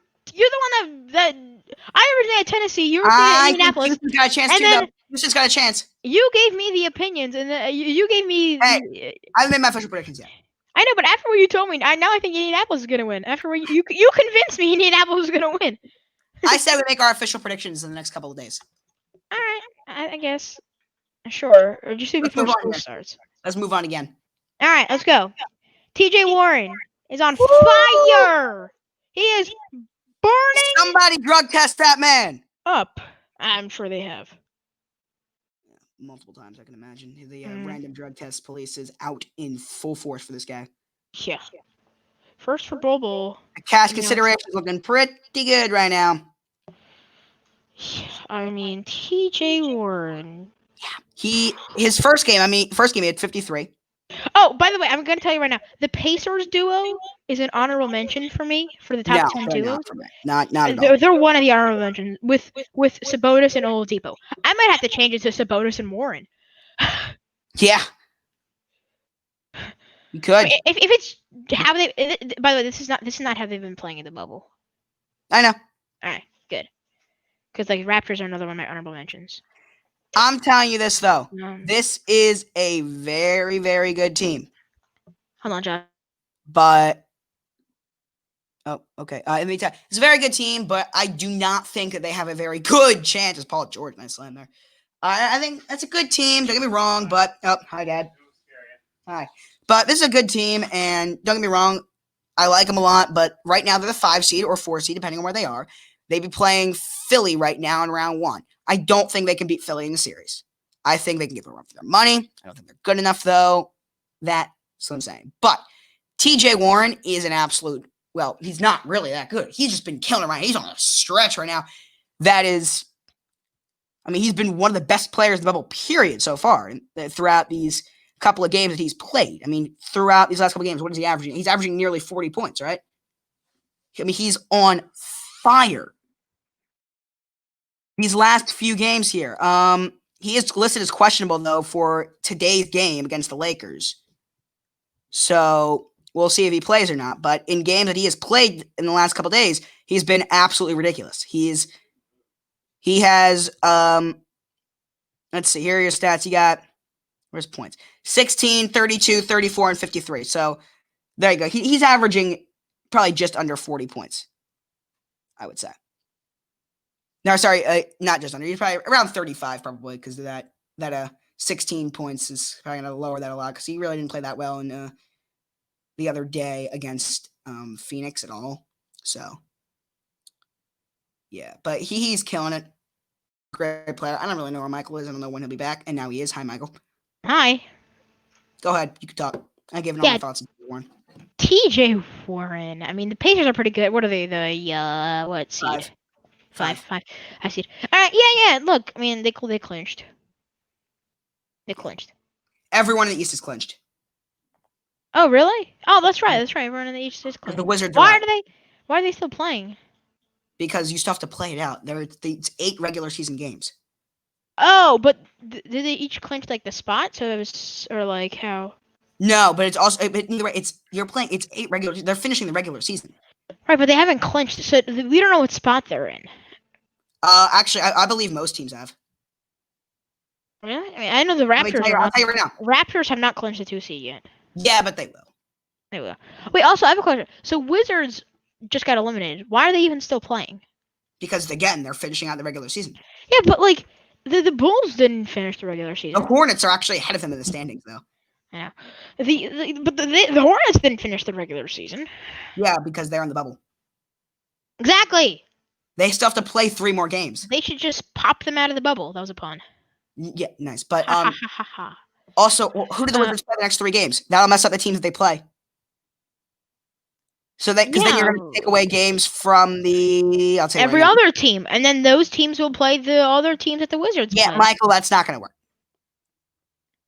Not going to work. All right. Fine, let's move on. Yeah. Let's go to the MLB. Me and Josh are both experts in the MLB. We both know. We probably. Would you call us the sportscaster experts of the MLB? I think we know the most. Not even close. Let's talk about the Orioles and Marlins. Okay. Yes. Because the Marlins are tied for the best team. The best team in the MLB. Yeah, but how many games do they play? They play like 8 games, though, right? Yeah, but still. Who cares? They played 8 games. The Orioles are looking really good. They're a playoff team. We need Mountcastle. We need to call it Mountcastle. The Orioles will be the World Series champions. I've been trying to tell people No, but we were saying it as a joke. Like they're gonna be. No, playoff I team this was year. not. I was not kidding. The Orioles are going to win the World Series this year. I've been Josh. saying it. Josh. People have been doubting me. They've been doubting the MVP of Chris Davis. Yeah, see, like we were saying that as a joke, and now. No, maybe you were joking. I had faith in my team. We have the same record as the Houston Astros. Or Asterix, whatever you want to call them. Oh my God. We are right behind the Indians and Tigers, who are somehow good too. Okay. Tigers? Yeah, they're a game ahead of us. Tigers are ahead of us? They're the worst team in the MLB last year. Well, they're 6-5. They give the Orioles a run for their money. The Tigers are a game ahead of us. We are only a game and a half behind the White Sox, 3 games behind the Yankees, 3.5 behind the Twins and A's. That seems doable to me. We will be the 1 seed. We will be on our quest to take the World Series title back to Baltimore. Book it. But in all seriousness, can the Orioles make the playoffs? I think they can. I think they will. Do you really? I do. All right, we're going to the playoffs. Let's go. I'm all in now. Let's go. I'm serious. We're going to the playoffs. I don't think we're gonna do well in the playoffs. I don't think we're gonna do far. I think we're gonna have one of the lowest seeds. But we're gonna make it. But I think we have a better chance than the Red Sox. I think we have a better chance than the Blue Jays. Let's go, Sam. I think we have a better chance than the Red Sox. I think it's gonna be Yankees, Rays, Orioles. Hear that, Sam? We're better than you. Let's go, O's. Yeah. Yeah. What does it feel like cheering for 4 playoff teams? 5 playoff teams. I cheer for 5 teams. My 5 favorite teams are all going to be playoff teams. Sure. My Ravens, Capitals, Orioles, Lakers, and the FC Barcelona. I really want to cheer for 2. Yeah. Well, actually 3 because of the Thorns. Ah, right. Portland Thorns. Yes. By the way, did you know Colin was a Blazers fan? I feel like I saw that somewhere. Nobody told me that. Found that he's been live streaming during Blazers games now and doing his version of play-by-play. Oh, he stole that from us. That's our thing. What? Doing his own version of play. That's our thing. What do you mean doing his own? What do you mean it's our thing? We do play-by-play. Well, sort of like everybody else. He's stealing it from us. Okay. Yeah, I mean, just like he's stealing all the ideas. Like, for example, he was talking about the Ravens go 16-0. Like, we were going to talk about that first. Like, he just stole it from us. Like, I don't know. Josh, me and you are the only 2 people a part of the next. One of us is spying, and one of us is telling Colin Coward, and it's not me. Well, it'd be more likely you, considering you're the one who actually likes the guy. No, I'm kidding. Okay. Anyway, let's talk about the finalists. Oh, wait, let's answer this question. Can the Orioles and the Marlins make the playoffs? Yes. All right. Josh. Oh, hold on. Oh, okay. So ready, we have for the most valuable player. I'm gonna read it. We have a Giannis Antetokounmpo for the Bucks, James Harden of the Rockets, LeBron of the Lakers. Let's start with that. Obviously, good to me. Those are your top 3. Put it back up. Hold on, I'm gonna do it like this. Hold on. Are you gonna share a screen and put it like a? No. Doing like this. No, but like keep this up though. I think we're gonna go word by word. Let's go word by word. All right, but then okay. I like this though. I think it's. Yeah, we'll put it back up for the next one. Okay, that's fine. All right, we're gonna start with the MVP. We have Harden, Giannis, and LeBron James. Yeah, Giannis and LeBron James, the 2 clear candidates. Me and you both think it's gonna be Giannis, but was Harden a good final? Is he good? Is he the third best player this year? Who else would it be? Who's your number 3 then? Like, tell me who you would have instead of him, because I can't tell you. I think that's the right 3. I think that's easily the right 3. Yeah, all right. Yeah, I guess Harden, sure. All right. Let's move on to the most improved player. This is insane. You have Bam. Oh, most improved? You want to do most improved? I thought we were going to do Rookie of the Year next. Oh, okay. I'm sorry. Yep. Let's get a Rookie of the Year. We have the 3 obvious choices. Sean Morant to the Grizzlies. Kendrick Nunn to the Heat. Zion of the Pelicans. Yeah, We both these are think your it's going three to clear. be Ja. If John Morant doesn't get it, it's ridiculous. It's the NBA though. I don't care. John Morant's the rookie of the year. And they love Zion. John Morant's going to win it. I would be very surprised if it's not John Morant. Oh my God! Somebody pick up the ball. Oh, good. Paul George got it. Okay, neither way. I would not. And one there. They What? didn't call it. What kind of call is that? 3. Yes, sir. Tell me when number 2 shoots a 3. Now. Anyway. Okay. Yeah, no. I would be absolutely flabbergasted if John Morant does not win Rookie of the Year. Yeah, me too. I'd be pretty. No, there is no. What's the word that Sam uses? Livid. That's Sam's word. Yeah. All right. Oh, come on. That wasn't a foul. That was a flop. Come back. Sorry. You're right, though. Anyway, yeah, Rookie of the Year. Ja should win, but then Zion. And Kendrick Nunn, though, has been pretty good. Zion, though, has been setting. I mean, he already has. Like, No, Kendrick Nunn deserves it more than Zion does. Zion already has, like, more 30-point I don't care. Than any other rookie. I don't care. The guy's played 19 games. And yet he's already been good doing it. So imagine Zion for the whole year. Who had won Rookie of the Year? Doesn't matter. He didn't. He didn't play the whole year. Zion's not your Rookie of the Year. I don't care. He didn't play. You take Nunn over Zion? Yes. I love Nunn. I love Kendrick Nunn. Not because I obviously think Zion's a better player, but we're talking about Rookie of the Year. Not Rookie of the last 19 games. Right. All right, let's move on to your most improved, because I'm sure you have thoughts here. All right, I got thoughts. All right. Our most improved players. Bam Adebayo, Brandon Ingram, and Luka Doncic. I don't see any issue with any of these three. I don't. I think Luka would be fourth. Luka improved. I mean, Luka was the Rookie of the Year last year. He improved. Stop. No. What?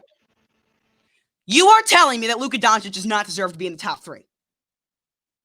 No, I take Brandon Graham over him. Sorry, Devontae Really? Graham.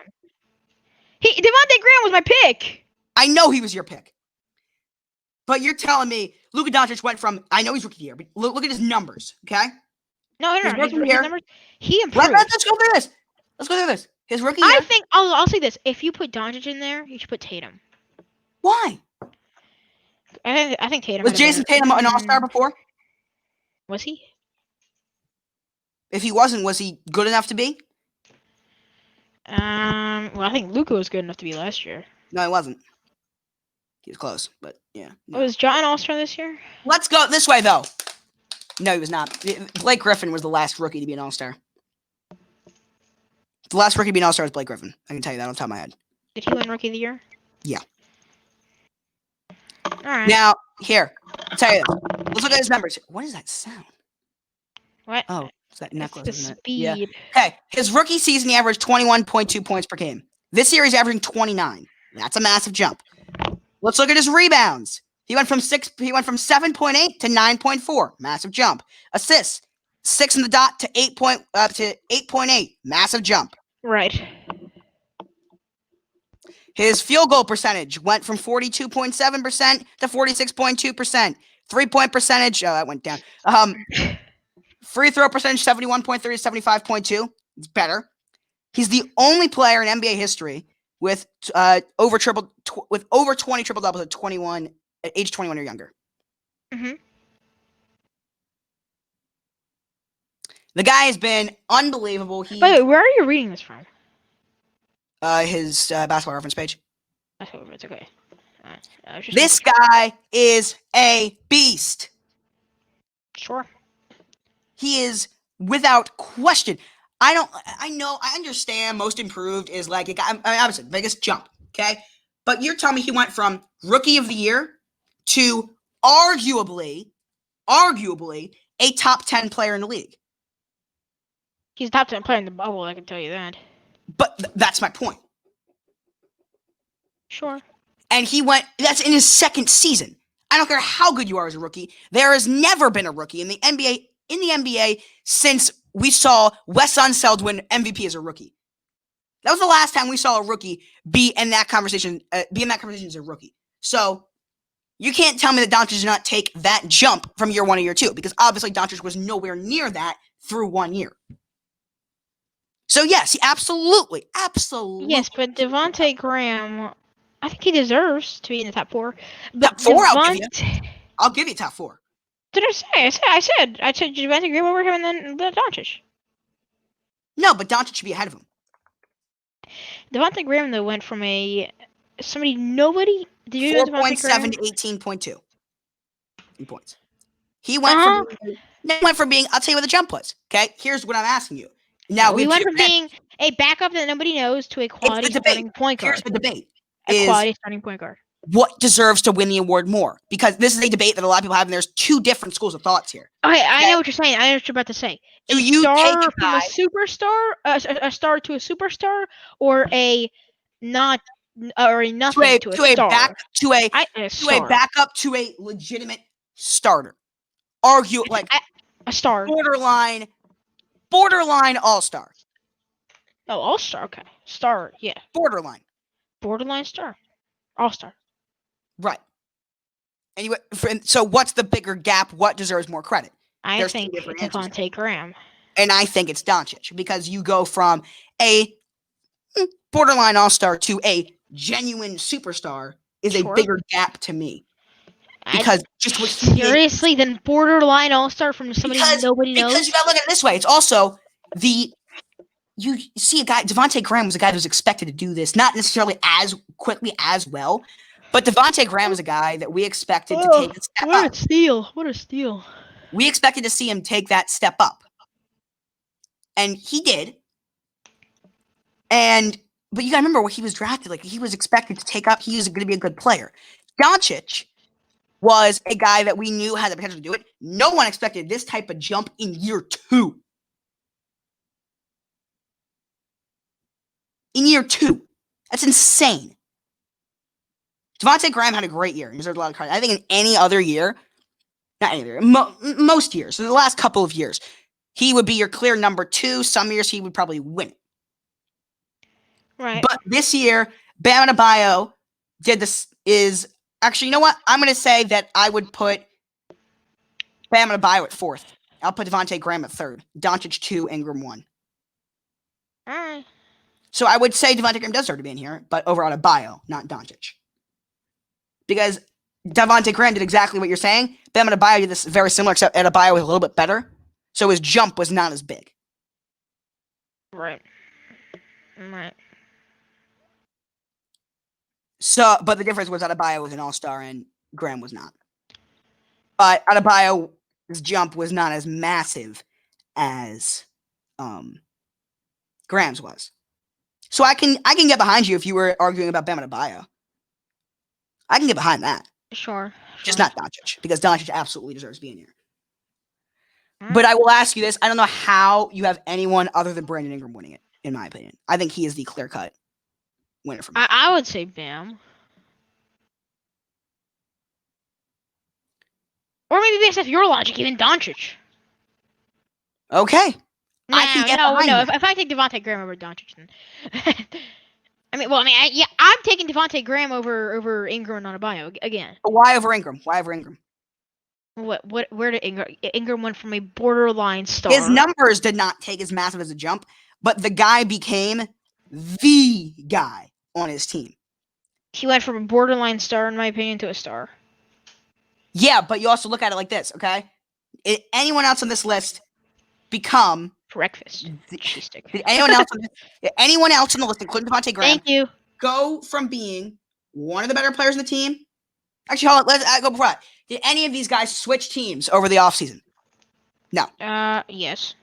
Did Adebayo, Doncic, or Devontae Graham switch teams over the offseason? I thought you were including Brandon Ingram. Yeah. I'm saying other than Brandon Ingram. Right. Yeah. Right.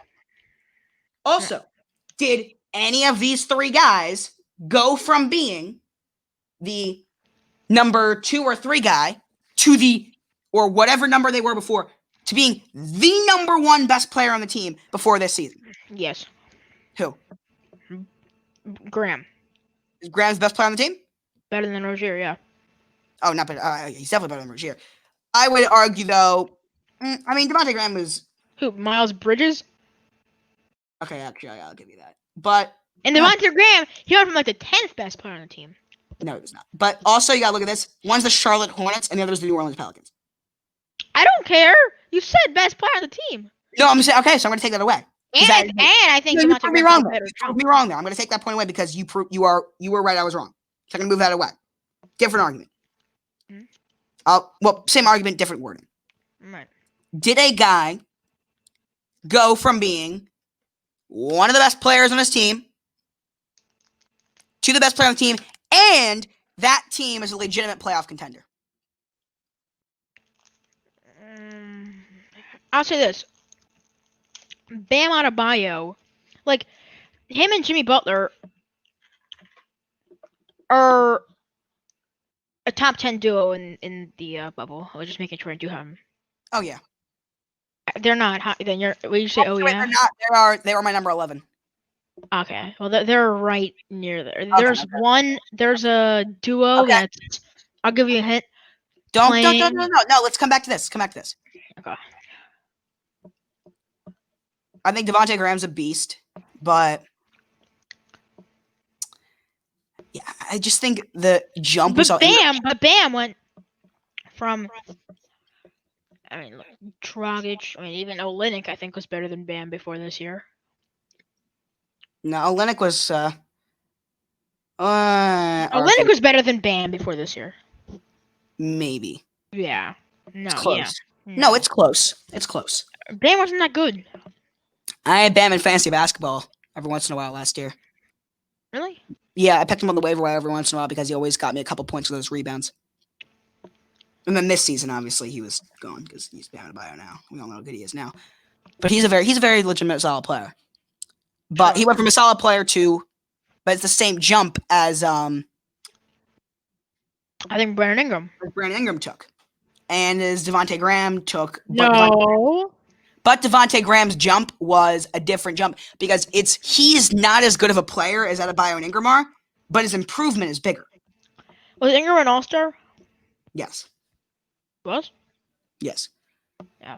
So he was, right? I believe so. For some reason, something in my mind's telling me no, he wasn't, but I'm almost certain he was. I don't remember him in an All-Star uniform. I believe he was. I'm double checking it right now, but I believe he was. He was. He was? Yes. Yeah, he was an All-Star. But I just don't. I think what we saw Ingram do this year is just. You also look at the fact that he went from solid player to with a ton of potential to the guy finally realizing that potential already is something we got to give him credit for. He's a great player. And I think Ingram deserves the award this year. I think this is probably the closest most improved player award race that we've seen in a long time. Many. Probably the closest most improved player award in. I'm going to say this. I'm not sure about being the closest. I'll say it's the best one, best players. I mean, De'Aaron Fox won it last year, right? No, Siakam did. De'Aaron Fox won it 2 years ago? De'Aaron Fox did not win it. Yeah? Nope. Came in second. Nominee, that's right. Okay. No, Siakam won it last year. I mean, Siakam, I think. In my opinion. I think Siakam improved this year, too. He did. I think Siakam should be top 10 in this running. Okay, I'll give you that. And Tatum, too. No, because Tatum was already an All-Star. I put Tatum at 5. No, because Tatum was already an All-Star. Sam Reese said Tatum will win. Well, actually, he was not an All-Star, but he was right there. He went from borderline All-Star to All-Star. And it's recency bias because he went from being. Because I'm not saying Tatum was not. What do you mean? He was, in my opinion, he's the second best player in the Eastern Conference. That unbelievable run that he had to finish the season before we went on hiatus was not the same Tatum we saw all year. It wasn't like he was. You also got Jason Tatum, in my opinion, is the second best player in the conference. Yeah, but he was not in that. Is it fair to say who's better than Jason Tatum in the Eastern Conference? Obviously, Giannis, but No, who's the second best? Oh, yeah, who's the second best player? I'm trying to think. I'm trying to think.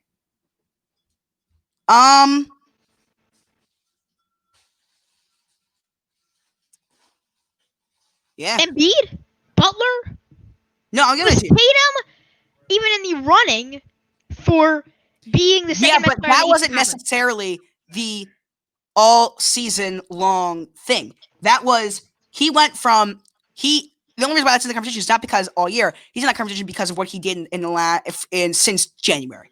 No, but I think, but he was not in that discussion in in my December. opinion, Tatum it went from being outside of the top 5. I would have before this year. I was taking Kemba over Tatum. Oh, I was not. I was. I'm also a big fan of Kemba, but I was taking Kemba over Tatum.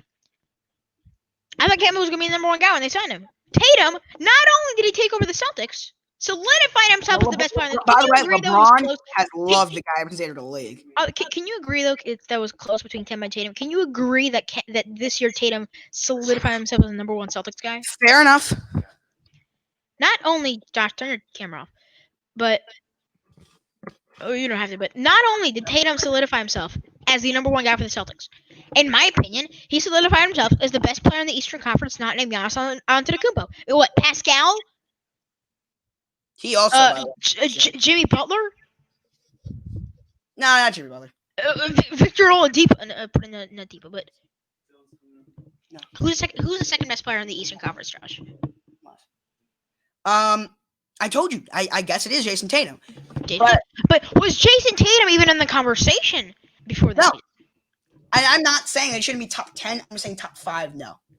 But now also, Jason Tatum is better than Luka, Brandon Ingram, Bam. And is he better than Luka?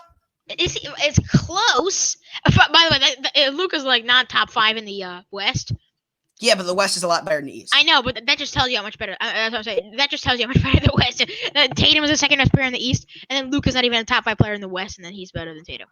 Yeah, I can get behind saying Luka's better than Tatum. But my point is though, but in Tatum, but again, what makes it even more impressive for Doncic is did that from year 1 to year 2. Tatum did that from year 1 to year 3. Sure, that's true. That's true. Yeah, 3. And I'm not denying that he did that. So I'm actually, by the way, for those, I mean, my very, very early MVP pick for next year might be Luka Doncic. It is for me. Yeah. You know who else could be in the running? Tatum. You know who my pick was? Do you know who my pick was? The preseason MVP pick for me was? No, I'm not sure who it was. Oh, you're gonna have to laugh. Nikola Jokic. Actually, I think it might have been. Mine was no. It was and then Steph Curry was second. I think my MVP pick was Curry. Yeah. Well, that was a popular MVP pick. Because I'm not gonna laugh. That was a very popular. I think Golden State was my titles prediction. My first one, my original was Golden State. Yeah, well, that I disagree with. Like I wouldn't agree with you there, but I'm saying Steph Curry for MVP. Like I very nearly picked him for MVP also, so I don't think that's. I think next year they're contenders. Yeah, I do too. I don't think they're. All right, we do have some breaking news here. We do? Out of the NBA and the Philadelphia 76ers. Uh-oh. Is that Ben Simmons will undergo surgery to remove a loose body. I don't think that's correct. I don't think he's to remove a loose body in his left knee. Maybe a loose bone? Then what's a loose body, Dad? Maybe a loose bone. It could be a piece of fat that broke off. Josh. It could be anything floating around the joint cavity in there, like sand and gears and stuff that need bending, or elbow, or any joint. Well, it's an unemergency surgery. He will leave the bubble for the procedure. His timetable on a return is forthcoming. So we're gonna get a timetable within the next couple of minutes. This is from Woj. Well, Shams broke the story on the surgery. Woj broke the story on him leaving the bubble. So they each get a half point there. And Woj broke the story on him having a loose body. Which I didn't know was a thing until about 5 seconds ago. Did I? I thought that was a typo, but guess not. I thought it was like loose bone or something. After consultation with 76ers medical staff and several specialists, Ben Simmons leaving the NBA campus to Woj beat you there. Okay. So we'll keep you guys updated here. But Ben Simmons, he's going to be out for a while. That's big. Yep, and I think that'll eliminate Philly. Let's go to the next award because we've been on Most Improved Player for a while. What is the next award? DPOY. Defensive Player of the Year, as expected. Giannis. Giannis, Let me just keep this up here like this. Giannis, AD, and Rudy Gobert. Now my pick is Antetokounmpo.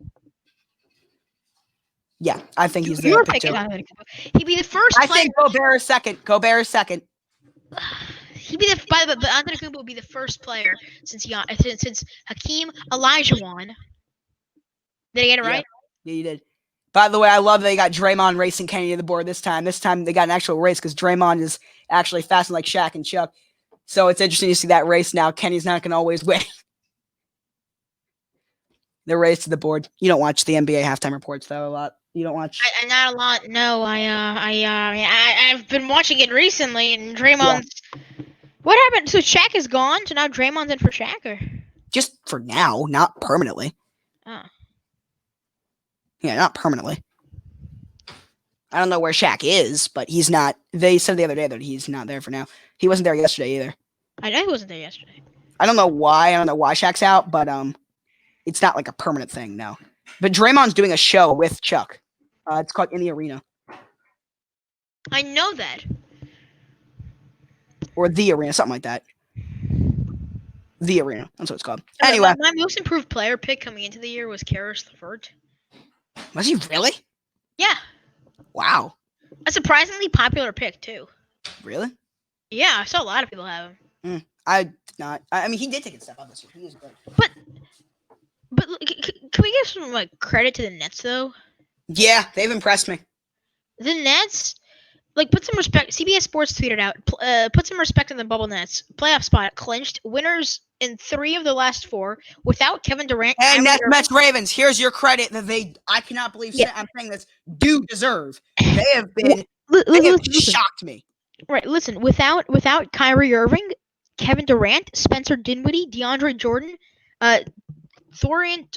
How do I Prince? Torian Prince, and Wilson Chandler. Not a huge loss, but they're without him too. I mean, Karis LeVert, 22 points in their last game. Joe Harris had 21. Jared Allen 17. There's Temple with 12, and then Kurkus. Oh, Rodions Kurucs. How do you say it? Rodions Kurucs. Rodions Kurucs. Yeah. Yeah, okay. Kurkas was really close. not Kurukas, no. But yeah, I mean, I will give Brooklyn some credit. They have been shockingly good. Yeah, by the way, leave that up for a second. But yeah, Brooklyn surprisingly has been really good. But let's just leave it up. Let's talk about the Defensive Player of the Year. All right. Let's talk about Defensive Player of the Year. Giannis or Gobert? I think Giannis too. Davis did well. But AD's third. AD's third out of these guys. I think Gobert and is he? Is AD third out of these guys? Well, first of all, Gobert's won it the last 2 years in a row. Right. That's true. I mean, exactly. Gobert has been. But that also means that he's an elite. Gobert is the best defender in the league consistently. Yes, he's also. If we're talking the last 5 years, in my opinion, and it's not close, Gobert is the best defender in the league. I agree. He's also the most consistent defender in the league. He's consistently good. He's the most consistent defender in the league. And now this season, he added a much better offense. So now he's actually he was an all-star this year. Right.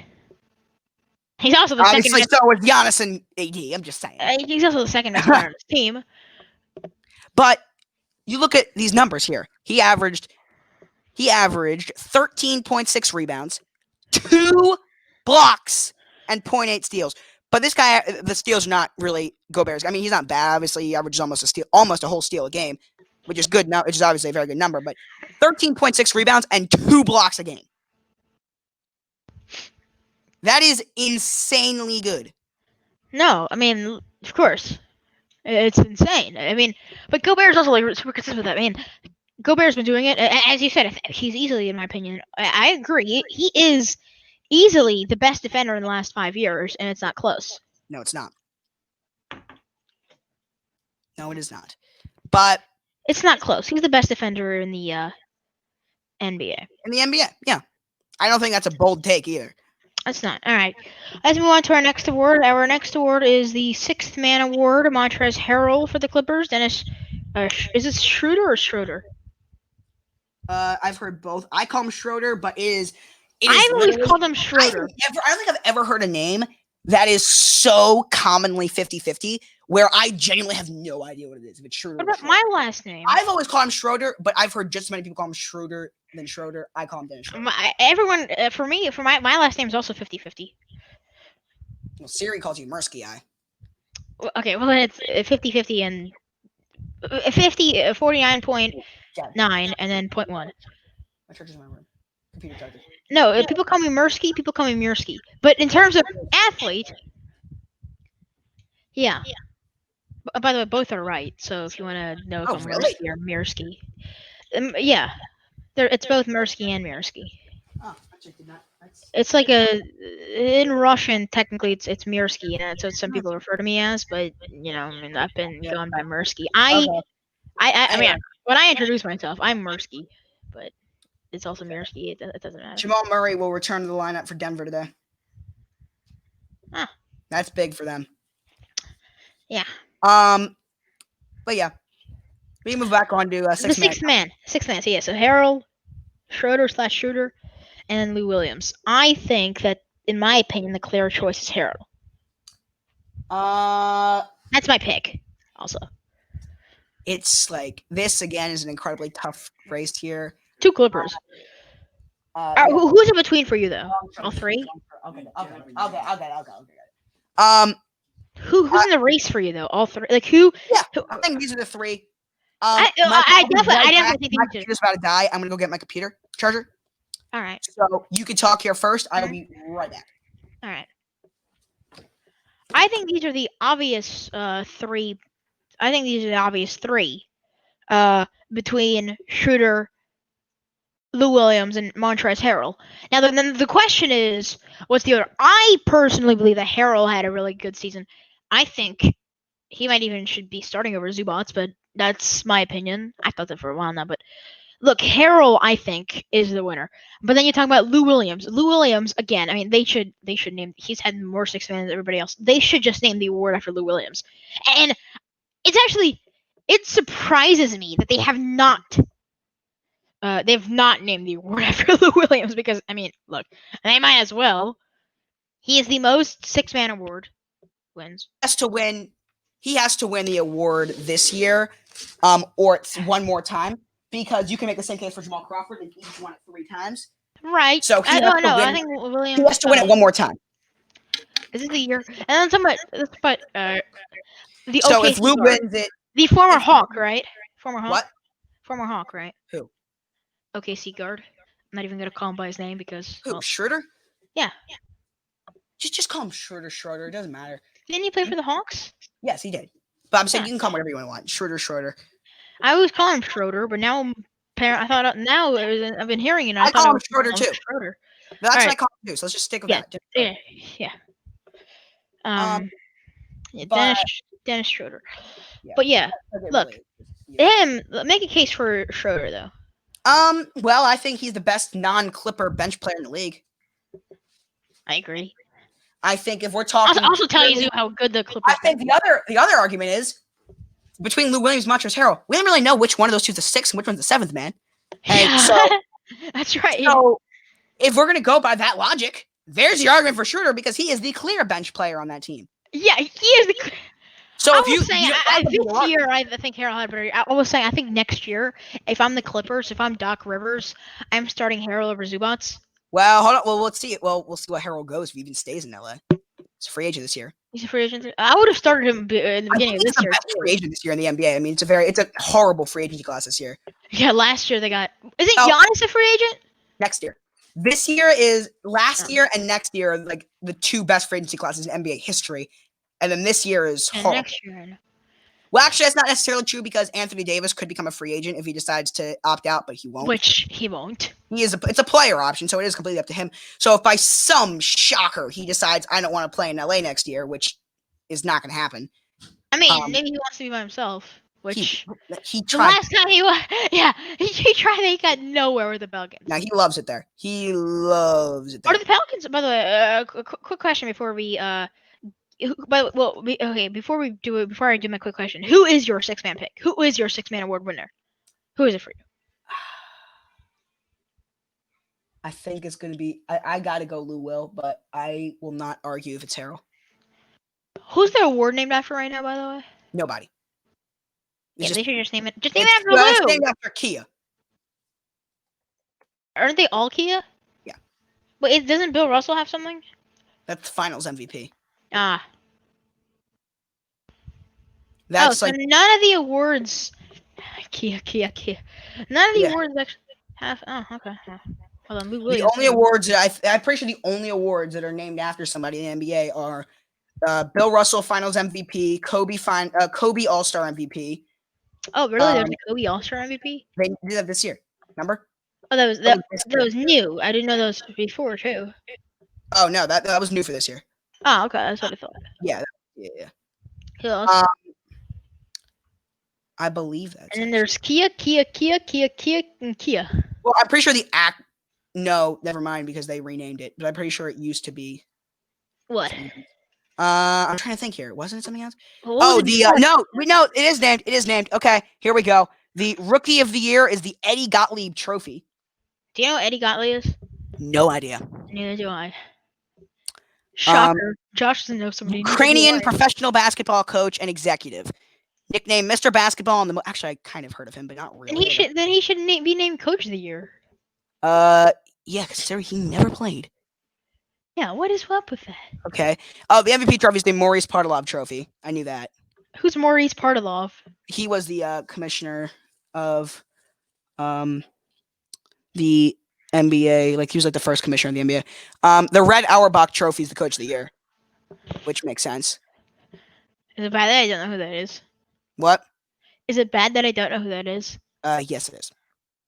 I assume that he was. Sam's gonna kill you, by the way. He was the Celtics head coach during their championship years. So in the 80s? Yeah, 9-time NBA. God, I bet 50s and 60s. 50s and 60s. Oh, so not the. So who's playing the 60s and the 50s? So Bill Russell. Oh Bill yeah, Russell. he won 11. Oh wow, look at him, man. Ooh. There's a reason why he is one of the best coaches of all time, and arguably. I agree. Yeah, arguably the best. Okay, totally agree. I think Phil Jackson's the best coach of all time. Speaking of Coach of the Year, I agree with that. I think Phil Jackson. Okay. Yeah, good Speaking segue. of coach, Mike Budenholzer of the Bucks, Billy Donovan of the Thunder, and in my opinion, the clear. No, not clear. Yes. I think the winner, but it's not like a dominant thing here. Hi, it might not be a dominant thing, but I think it's the only right answer. I don't. I think it's the right answer, but not the only right answer. I think Billy Donovan. By the way, Portland is up by a 9. You think Billy Donovan deserves to be in this conversation? I mean, CP3 deserves MVP votes. I think. As a matter of fact, what? I think he might get some. As a matter of fact, do you think he was better than Harden? No. But like the Thunder, yeah. Again, I'm sorry, but I keep taking it from Colin. But Colin talks about all these stuff. Billy Donovan. The benefit of having a show every day. No, he said CP3 CP3 was brought there to tank. The Thunder was doing a tank job for them this year, and he said it didn't even last over an hour. Let's also that's Chris Paul for you though. Let's also give them this. If it's not for Chris Paul, this bubble that we are enjoying the hell out of is not happening. He's the president of the Players Association. He had constant communication with Adam Silver the whole time. That's right. If it wasn't for him, we are not having a bubble. There is no bubble. So there is that. Which is why I would love to see, like, again, I don't have a technical favorite team. But the team I guess I'm rooting for to win, honestly, be the Thunder. Because I want to see that happen. I want to see Chris Paul get his first championship in something that in a year where the championship is only possible because of him, and he wins it. How much would that mean to him? It'd be awesome to see. Ooh. I'm rooting for the Lakers and the Rockets. Okay. Because I Anyway. want Westbrook to get his first title. Yeah, I don't really care about Westbrook. Well, he's one of my favorite players. I think he deserves it. Who's better all time, CP3 or Westbrook? Oh, Chris Paul by a mile. Is he a top 20 point guard of all time? Who? Paul. Yeah, he's top 10. Is he top 10? Oh yeah. Is Westbrook top 20? No. Yes. No. If CP3 is top 10, Westbrook is top 20. Why? I don't know. I mean, right now, Westbrook is better than CP3. So what? You said all time. Prime. Chris Paul in his How prime. about this? If Westbrook wins a ring, Was Russell Westbrook ever the clear-cut best point guard in the league at any point in his career? was Chris Paul? Yes. When? In the early 2010s, late 2000s. For a couple year stretch, actually. For, I guess, 4 or 5 year stretch, he was the best point guard in the league. So, yes. And when was Russell Westbrook the clear-cut best point guard in the league? I don't think he ever was. I don't think he was too, but that's because Curry was in the league the whole career. Right. Well, then you can't. Well, there you go. Well, but that's because Curry he's a top 5 point guard of all time. 6 or 7. No. He will be top 5. In fact, he will be in the next couple of years. But right now, he's not. I think he is. He's not there. He is right there, though. He will be. I think he's the third best. No, he's not there. I think he will be. He I will think be. is he better than? Hold on, I'll ask that. Is he better than Isaiah Thomas? I think the best is obvious. I think the best is Magic. What? And I think Oscar Robertson. Stockton. I take Curry over. You take Curry over the all-time leader in assists and steals, both of which by a wide margin. He didn't get like that many points though, did he? Nobody has even close to as many assists or steals. Does it matter?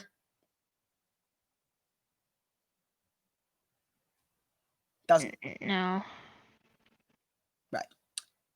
And it's not like he got no points. I'm not saying he obviously wasn't the best scorer, but he was. I mean, the guy throughout his career was a not horrible 13.1 point per game scorer. Right. But the thing is, through his career, through a near 20-year career, he averaged over 10 assists. That's the same. And throughout his near 20-year career, he averaged an unbelievable 2.2. So yes. You can make the argument Stockton's the best point guard. No.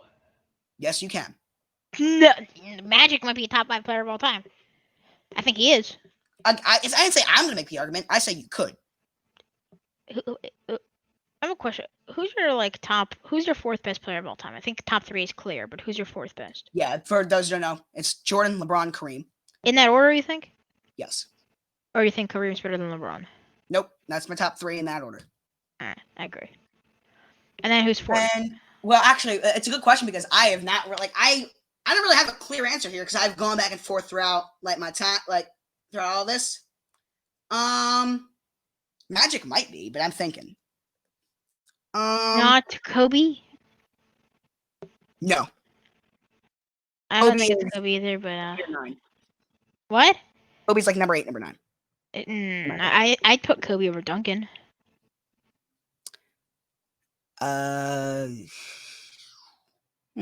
Arguable. It's either way for me. Actually, know what? Know who it is? I just thought of who it is. It's easy for me. I completely forgot about him. Wilt Chamberlain. He's number 4. Really? Yeah. I don't know. His name just slipped in my head. He has number 4. That is who I have. Yes. For some weird reason, he just slipped out. Is Wilt the 2nd best center of all time? Oh yeah. Not Shaq or no. Not Hakeem. No. Well, Hakeem's technically like a power forward center, but either way. Is that Bill Russell? He would be 5 or 6 for all time. He didn't have good competition. He's like the Jim Brown of the NBA. Oh, snap. Well. Yes. They First played of in the all- same time period. Well, Bill Russell's the most dominant athlete of all time in terms of Yes. championships. Well, yeah, I mean, he had 11. But according to Sam, it's Joey Chestnut. Or according to other people, it's Joey Chestnut. No one who actually is like serious about that. I don't think Sam is either. I really don't. I think he is. At least I hope not. Mhm. But You think he's a sword? top 10 player of all time. I'm gonna give you that list in a couple days. I'm gonna get back to you. On Should we both do it? I'll I was get gonna back to you post on it. TikTok, my top 10 players in the NBA, and then I'm gonna get back just to you. like, how about you check with me on that? Yeah. We'll do that on a show though. Yeah, I'll get back to you on it. Okay. Is that all your awards, by the way? Yeah. Is Jim So let's Brown a get into top the- 10 NFL player of all time? Yeah. I don't know. He's number 1. He's not. If you don't agree with me, you can put him number 2. No. Barry Sanders, Emmitt Smith, and Walter Payton are all better. We're not getting into this again. Let's move on. Actually, we never got to it on air. Well, but let's do the top 10 bubble thing first. We never got to it on air. Oh, yeah! Oh, I thought we were just stalling. Yeah, No, it's the okay. top 10 bubble thing. Completely forgot about this. All right, let's go. 10 through 1. I have 3 honorable. Hold on. So I have 3 honorable Well, mentions. hold on. Let's get into this here. Okay. Now, these are the top Right. 10 duos in the bubble. Now, Right. let's set some things up here. Let's go. We are not talking about the 10 best duos that have played around the bubble because a guy like Ben Simmons, because Simmons and Embiid are on my top 10. I better be on yours. Yeah. So obviously, as we got the news today, Simmons is out for the year.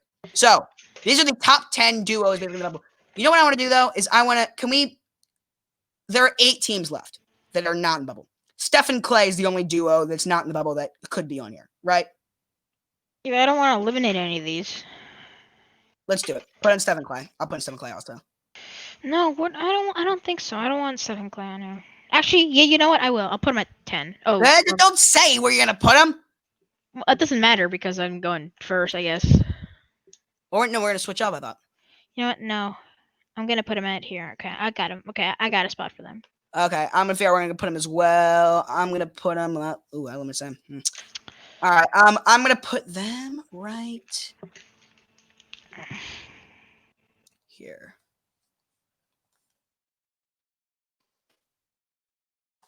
Okay. So who's your number 10? We're gonna go like we're each gonna start 10, each 9, each 8. Let's do it like that. Hold on. You know what? By the way, say Right, who I just agree. knocked out for you. Who just knocked out for you? Who got eliminated from you? Who's like your number 11? The Heat. The Heat duo? Mhm. Mine was Jokic and Jamal Murray. Really? Yeah. Huh. Really? Yeah. I'll say this: they moved down, but they did not. Okay. Bump out. All right, who's your number 10? My number 10 is the Dallas Mavericks. So say the 2 players. Kristaps Porzingis and Luka Doncic. Okay. They are higher on my list. Mm-hmm. Mavericks. Oh, are we gonna talk about it? Yeah. I'm gonna tell you who mine is. Okay, yeah, go ahead, do that. Actually, I mean, no. You just share your list. I'm with your mouth. So yeah, go ahead. Do it. No, I think we should go 10 by. I think we should do 10 by 10. Okay. So mine is Rudy Gobert, Donovan Mitchell. Really? Yes. What? How? I wanted to put them higher than I did. I did too, actually. I wanted to put them in my top 5. I didn't, but I wanted to. No. Well, you look at it. You have the best defender in the league. Donovan Mitchell is One not. of the best centers in the league. One of the best young guards in the league. Donovan Mitchell is not done enough for me to say that because him by himself is not. Like, I mean, he's Josh. That's exactly why it's duos. It's 2 borderline all-stars. Who's better out of those 2, in your opinion? Mitchell by about this much. I agree. But the thing is, Mitchell is one of my favorite players. Mitchell is my favorite player in the NBA. It's 2 borderline all-stars. Neither of them are superstars. Right. Every single duo ahead of them has at least 1, and in some cases 2 superstars. I think the only duos. That's my issue. I think there's only 3 duos with 2 superstars. Actually, maybe 4. But my point is, every single one of them has at least 1 that's ahead of mine. That's true. 1 through 9 has at least 1 superstar. Well then, see, okay, yeah, I agree. That's the issue, and the Jazz don't. Mhm. They have two guys that are borderline all-stars. Together, they're very good, but I just couldn't put them any higher for that reason. I'm taking Gobert and Mitchell combined over Porzingis and Doncic. Well, Doncic is the that's why I best. disagree. I If think it would be ranking the players, Doncic is the best out of the four, right. and then I'd say Mitchell, then Gobert, then Porzingis. I would say Which would make, and by that logic, Mitchell and Gobert are better. Okay, that's fair. But I think Doncic is so much of a gap. I agree with that, like 1 through 4 there. Mhm. But I think Doncic is so much better than the other three. It's enough of a gap where I think it sets him up. But does it come close between Gobert and Porzingis in your opinion? Because I don't think it's that close. Very close. Really? I think people forgot how good he is. Porzingis. No, I mean, he was insane. I mean, I'm not taking anything away from Porzingis. He's a beast. All right. Okay. Number 9. Number 9, I have the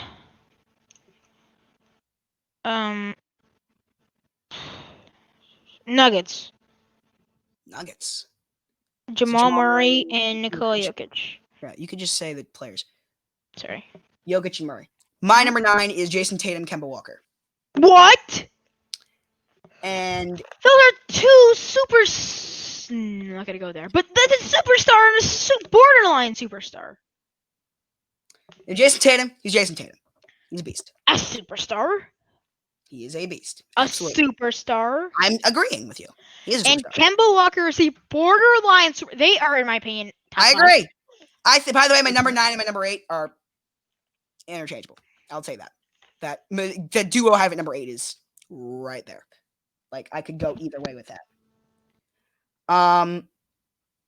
But I'll tell you why I put Tatum and Kemba a little bit lower. McCollum, that was a nice shot. Anyway, what was I saying? Oh, Tatum and Kemba. Tatum and Kemba. I think it's close. It's very close, but it's not. It's not close. But again, you look at it, it's not close. And I just can't. I'm just lower on Boston than everyone else is, so it is only natural that I have these two a little bit lower. But as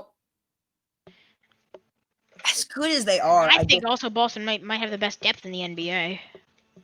I do not. I think it's good. I've been high on Boston for a while. And then the Clippers. Who do you think is the best? Toronto over Boston? No. Oh yeah. No. They go. I'll say Clippers number 1, then Boston. They go almost 10 players. Boston not as well as Toronto. Then I'd go the Clippers. Then I would go Boston. I'd say Clippers, Boston, Toronto. All right. But in my opinion, the only good player on Toronto's bench is Terrence Davis. What? And Norman Powell. Lowry, Van Vliet. Bench. I said bench. But I'm saying let's go through the whole team. We're talking. No, I don't care about the whole team. I know, but I'm talking bench. I think the Celtics have a better starting 5 than the Raptors. The Raptors starting 5 is Anunoby, and at shooting guard we have Anunoby versus shooting guard. Here, I'll tell you right now who the Toronto Raptors starting 5 is for the most part. Okay, you have Lowry and Van Vliet. Who I am taking Kemba and Jaylen Brown over Lowry and Van Vliet. I am taking Lowry and Van Vliet. Are you taking Van Vliet over Brown? Oh yeah. Fine, I'm taking Van Vliet over Brown, but I'm taking by a large margin. I'm not sure, but not this year. It's fine this year. Well, this year. Oh, this year, yeah, definitely this year. Jaylen Brown also broke out this year. I am taking. No, Jaylen Brown's been good for a couple years now. He broke out. This is his best year. This has been a career year for Jaylen Brown. Yeah, but it wasn't like. But not Van Vliet just came out of nowhere this year. He was supposed to step up. Yeah, but the way he did was incredible. I agree. Oh. But I'm taking Van Vliet over Jaylen Brown too. But like I'm saying, it's not close, and I'm sorry, it is close, and I don't think it's close between Kemba and Lowry at all. I agree with that. I mean, is Lowry even a top 10 point guard? Yes. Is Lowry But he's like 9 or 10. is Lowry even a top 10 second best player on a team? Absolutely. Well, actually, no, he was not. Because we're going second best player on the team. Oh, let me look at my second best I player don't on think the he's team top here. 10. Yeah. No, hold on. And I he have would I be- have a guy who was talking about this. I saw a video. I would put him over Gobert. I mean, yeah, I'd put him over Gobert. So I'd put him at 10. Hold on. You got an argument over Middleton. Not one I'll make, but an argument. I like Lowry a lot. Hold on. I'm a big Kyle Lowry fan. Give me a sec. What are you doing? I want to see. What- Hold on. There Tell was me why you somebody disagree with that me. was talking about Kyle Lowry. Hold on. But no, what do you think though? There's somebody that was talking about Kyle Lowry. That was But gonna give. what do you his think? opinion. Not Hold anyone on. else. What do you think about Kyle Lowry? Give me a second. No, I don't care about anyone on ESPN. I want to know what you think. No, hold on. It was not on ESPN. There's a player, so the players, they had the players that. I don't care about the players thing. I want to know what you think. What do you think about Kyle Lowry? Tell me why you disagree with me. No, I'm looking for the players that are better. Hold on. Well, I just like I can tell you. I think Kyle Lowry There is. we go. Hold on. Okay, hold on. What are you doing? Hold on.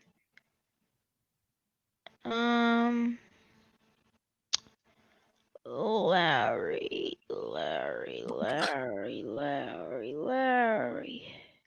What Nope, are you not Larry. Hold on. Okay. In the meantime, Look, in the meantime. Go, meantime, do meantime. Okay. In the meantime, let's keep going over Boston and Toronto.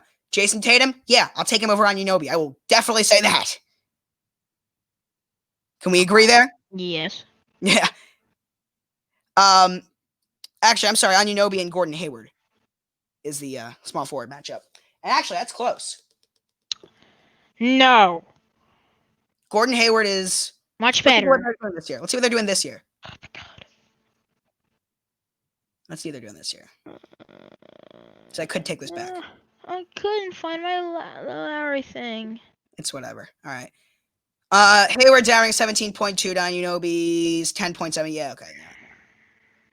Yeah, that's all I need to say. Yeah, Gordon Hayward's better, but I don't think the stats tell you the full story. I think OG Anunoby has stepped up in a big way. Power forward, it's Siakam or Tatum. I think that's close, but I'm going to go Tatum. So that is what? That is 2-2. And then you go to the big man. It is Ibaka versus what's his name? Canner. Power forward. Canner. No. Well, he's not on the starting lineup. Oh, he's on the bench. No, or Tice. Who do you go? Tice? Tice, yeah, he's starting. Yeah, so I'm gonna take this year. Well, first of all, I'm gonna take Gasol. Ibaka over Tice. Yeah. It's first of all, it's Gasol who's starting for the Raptors. Well, I'll still take Gasol over him too. I take Gasol, but I think this year it's close. Yeah, me too. But I think I'm still going with them. I think I'm not saying that the Celtics don't have a good bench. I'm saying Toronto's deeper though. No, I don't think so. Because let's look at their bench now. All right, let's go. You look at Toronto's bench of here we go. I'm pulling it up now. We have Norman Powell. You have Serge Ibaka, who are two beasts of a player, right there. You also Norman do have a guy Powell like is not a beast of a player. But okay, on the bench, Terrence Davis, a rookie, a good shooter, and a good. I like Terrence Davis. I do would too. take Terrence Davis over Ibaka. No. I mean, this year is only year. Ibaka wasn't that good this year. No. And then you have a guy like Rondae Allen-Jefferson who's also solid. So that's 4 solid players. And then you look at Boston, who's coming off the bench. We have Brad Wanamaker, Ogilvy, Smart. Who else? That's about it. Canner. That to me sounds like Toronto's better. That's what that sounds like to me. But I'm still looking for the Lowry thing. But all right. Well, that's my thing there. That's what I'm saying. Now let's move on. Let's keep on to the bubble. Cause I mean, the top 10 duos in the bubble. Oh God, here we go. Okay. You do number 8. All right. At number 8, I have. I'll take Josh off. At number 8, I have the Golden State Warriors with Klay Thompson and Steph Curry. What? Okay. What are you doing?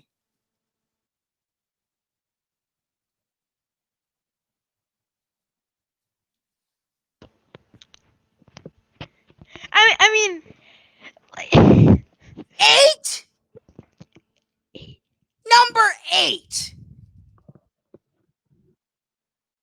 Number 8. Number 8. Yeah, you're not hearing them for a while. Number 8. Please tell me why they're number 8. I like Curry and Klay, but I don't think Klay's ever going to be the same. Why not? Because he had one of the. You said it yourself. The hardest injury to come back from in the NBA is the tore his ACL, right? Nope. He tore his ACL, but Achilles is the hardest to come back from. He tore his ACL. No, Achilles is the toughest. Which one did KD do? KD is Achilles. Klay was ACL. I thought KD was ACL and Klay was ACL. No. KD is the Achilles, which is the tough one to come back from. Klay's the ACL. Which I'm not saying is not easy to come back from. I mean, that's a very difficult injury. It's one of the tougher injuries to come back from. No, I think Klay Thompson's never going to be the same player. But why? Because this guy relies on his jump shot. Yes. He never lose that shooting stroke. He still has that form. He still has that stroke that goes in. A wonderful ad. He is that player. I mean, he can't. He's a shooter. Beautiful. For sharpshooters here. Yeah. No, he's one of the best shooters in the NBA. He's one of the best shooters in NBA history. All right. He, in my opinion, is a top 5 3-point shooter of all time. Yeah. I go by that. Sure. Actually, I'd say top 3. Ray Allen's the best. No, Curry's the best. What? Curry, Ray Allen, Klay. You think Curry's better than Klay? Shooting? Yeah. You think Curry's better than Ray Allen? Curry's the best shooter of all time by a mile. No, I think Ray Allen is the best shooter of all time. And please tell me why, and don't say that he has more threes. He has more threes. But give me one other reason why. I didn't really watch Ray Allen. So you can't say that then. If you can't tell I didn't really watch Curry. Well, yes, I did actually. But I'm saying you can't give me a reason if you don't have one. It's just I do. Ray Allen's the most threes. Like that's not. Well, he does. That's a reason. But okay. Well, Curry hit way, like literally, I'm thinking it's over 100 more than Ray Allen ever did in a season. Yes, but also Ray Allen, I think, was more consistent shooter. Steph Curry has been. Curry is been in the league for significantly less time than Ray Allen was in the league, and is already on pace. He's gonna break Ray Allen's record by a mile. He is going to shatter that. Is he? Oh yeah. Let's put it this way: he's already third, and he has his efficiency. He's shooting almost 44. He's shooting 44% from 3 in his career. Ray Allen shot 40. Do you hear that? 44% to 40%. It's a massive, massive jump. I couldn't find my Lowry thing. Oh, I found my Lowry thing. I don't really care about it anymore, though. Hold on. I need to go on mute for a sec. But what is your point about Kyle Lowry here? Okay, anyway. No, Steph Curry is the best shooter of all time. It's not even close. It is not even close. Steph Curry, by a mile, is the best. Because what he does, not only is he more accurate and more efficient for three-point land from normal, just like three-pointers, he has a better range than Ray Allen does, and yet he's still more efficient. He shot deeper threes, and it was still, like, further. Is Lowry better than Brandon Ingram or Zion Williamson, whoever the second best player is on there? I don't think he is. I think he is, yeah. I don't think so. I think he's better than Brandon Ingram and Zion Williamson right now. Right now, yes. Is he better than either Gobert or Mitchell? Yeah, I told you that already. I think I have him over Gobert. I told you that already. Lowry? I already told you that. Is he better than Kemba Walker? No. Are the Raptors doing your top 10? They were my What? number. No, they were my number 11. They're my number 12. Right, but you said second best player. You didn't say duo. Is he better than D'Angelo Russell? Yes. Probably not though. I mean, Yeah, I think so. I think it's close. I don't think it's look, you have Porzingis, Ben Simmons, Paul George, Westbrook, Anthony Davis, Kyrie Irving. Okay, what's your point here? We're well They're all better than Kyle Lowry. Okay. Okay, great. Anyway, what were we talking about before? Ray Allen and Steph. Why is Steph? Like, I don't understand why I have Steph and Clay this low. They're one of the best duos of all time. If this was 2 years ago, then if this was last year, They're number one. yes. Yes. Oh yeah. I'm sorry, there was no AD and LeBron. Yeah. Right. I would take Steph and Clay in their prime over AD and LeBron in their prime. Would you take prime Steph for prime LeBron? Of course not. But I take Would you Steph and take- Clay together over AD and LeBron together. Trying to fix my lighting. Because LeBron, as good as he is, I'm not like, it's just because those two together. Steph made Clay, and Clay made Steph. Because if one of them is on their own, neither of them has the same space to shoot. The whole reason why they're both so good is because if you put all of your attention on Steph's three-point shooting, are you hearing what I'm saying? I am. If you put all your attention on Steph's three-point You put shooting. all your attention on Steph's three-point shooting. You know what that's going to do? Leave Clay wide open. You put all your attention on Clay, what's that going to do? Leave Steph wide Leave open. Steph wide open. I know. Exactly. I know. I'm very. So those two together space the floor better than any backcourt duo ever by far. They are, in my opinion, the best backcourt duo ever. That's not bold. Okay. That's what I'm saying that. And no, I think they're going to take a step down. I think in their prime, I think if they're both still at their 100% peak, I'd Well, put them guess at number what? one. Well, guess what? They're not. But I'm saying I'll put them as number one. So you Probably can't tell too. me that. So how are they falling? Not only falling, they're falling that far. I don't think they're the same though.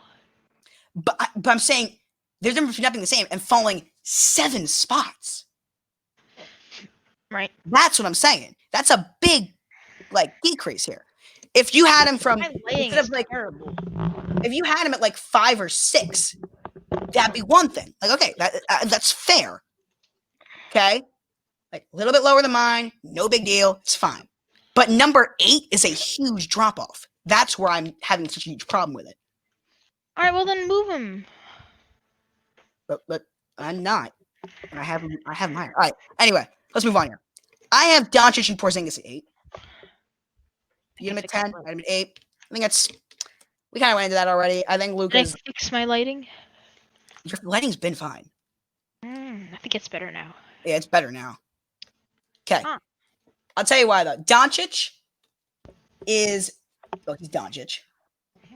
We all know how good that he is. But I'll tell you why I had Doncic and Porzingis ahead of Tatum and Kemba. Because let's look at it again. Out of those 4, Doncic, Tatum, Porzingis, Kemba. So, and I said the reasoning behind why I can't find it is because with the Gobert and Mitchell thing you did, is I said it's such a huge gap between between Doncic and anyone else. Well, are you telling me it's a huge gap between Doncic and Tatum? No, we were talking about earlier on the show. So it's close enough where that 2 and 3 overtakes it as a duo. That's what happened. All right, let's move on. Number 7. Who's your number 7 guy? My number 7 guy, my number 7 duo is Donovan Mitchell and Rudy Gobert. Wow. Why isn't that high? I don't know that high. I think they go really well together. Okay. All right. My number 7 is, and again, my reasoning behind it is because while one player is, well, you know who this player is, but the second guy's a borderline all-star. He's not really proven himself to be a superstar in this league. I don't think he's proven to be a guy that can be the guy on a team.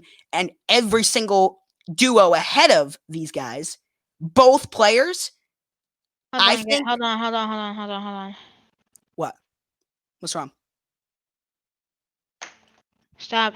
Hold on. Give me 1 second. I don't think we're on Sportscaster anymore. What? Hold on. I'll check. Well, we're live on Twitch. I know that. I don't really care. We're not live on Sportscaster. I'll put it up to YouTube anyway. We're putting it on YouTube anyway. Same problem. Load. Okay, whatever. We're on Twitch and we'll put it on YouTube. No, hold on.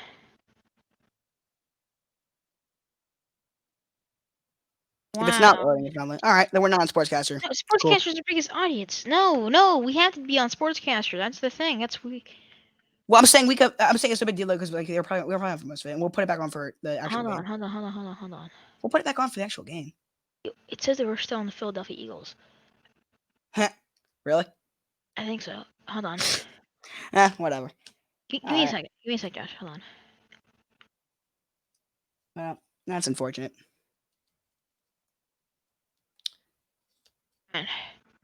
Okay. Well, we'll put this up on YouTube and we'll just tell people to watch it on YouTube. Okay. Anyway. What are we up to? No, I just did number 7. Yeah. So as I was saying before, people are gonna be surprised by this one. It's just simply you look at it, and the number 2 guy on this duo is a guy that I don't think anyone can sit here and tell me could be the number 1 guy on a team. And every single duo ahead of him, I think both guys could be if they needed to be. So that's why I have Giannis and Middleton at number 7.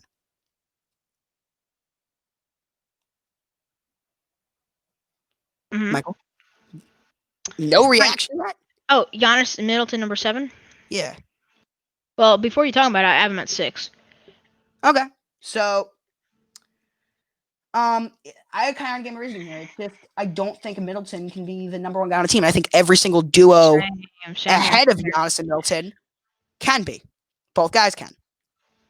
All right. Well, you don't really have much of a problem with it. You can move on because your number 6 is Giannis and Middleton. So go into that. Yeah. I don't think Middleton could carry. If Giannis gets hurt, I don't think Middleton can carry the Bucks. Where I would make that, I would say the opposite for the other thing. For my top 5, I think if the number 1 gets hurt, exactly. the number 2 I think can carry the team. Right.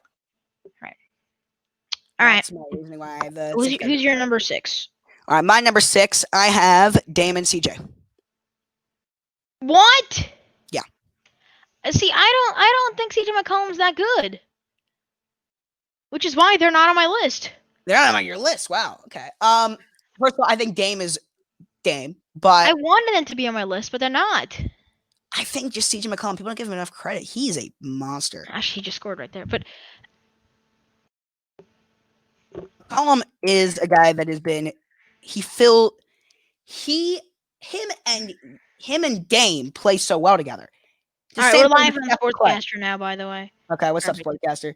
But yeah, we're sorry about the technical issues, but we should be ready to go. In case you missed a lot of our show, yeah, so put it up on YouTube. You guys can watch it on there. If you don't subscribe, put it on YouTube because we want to grow that. I mean, that's the audience we got to grow. We are the next. Here, turn on the volume. There's an echo now because it was here them.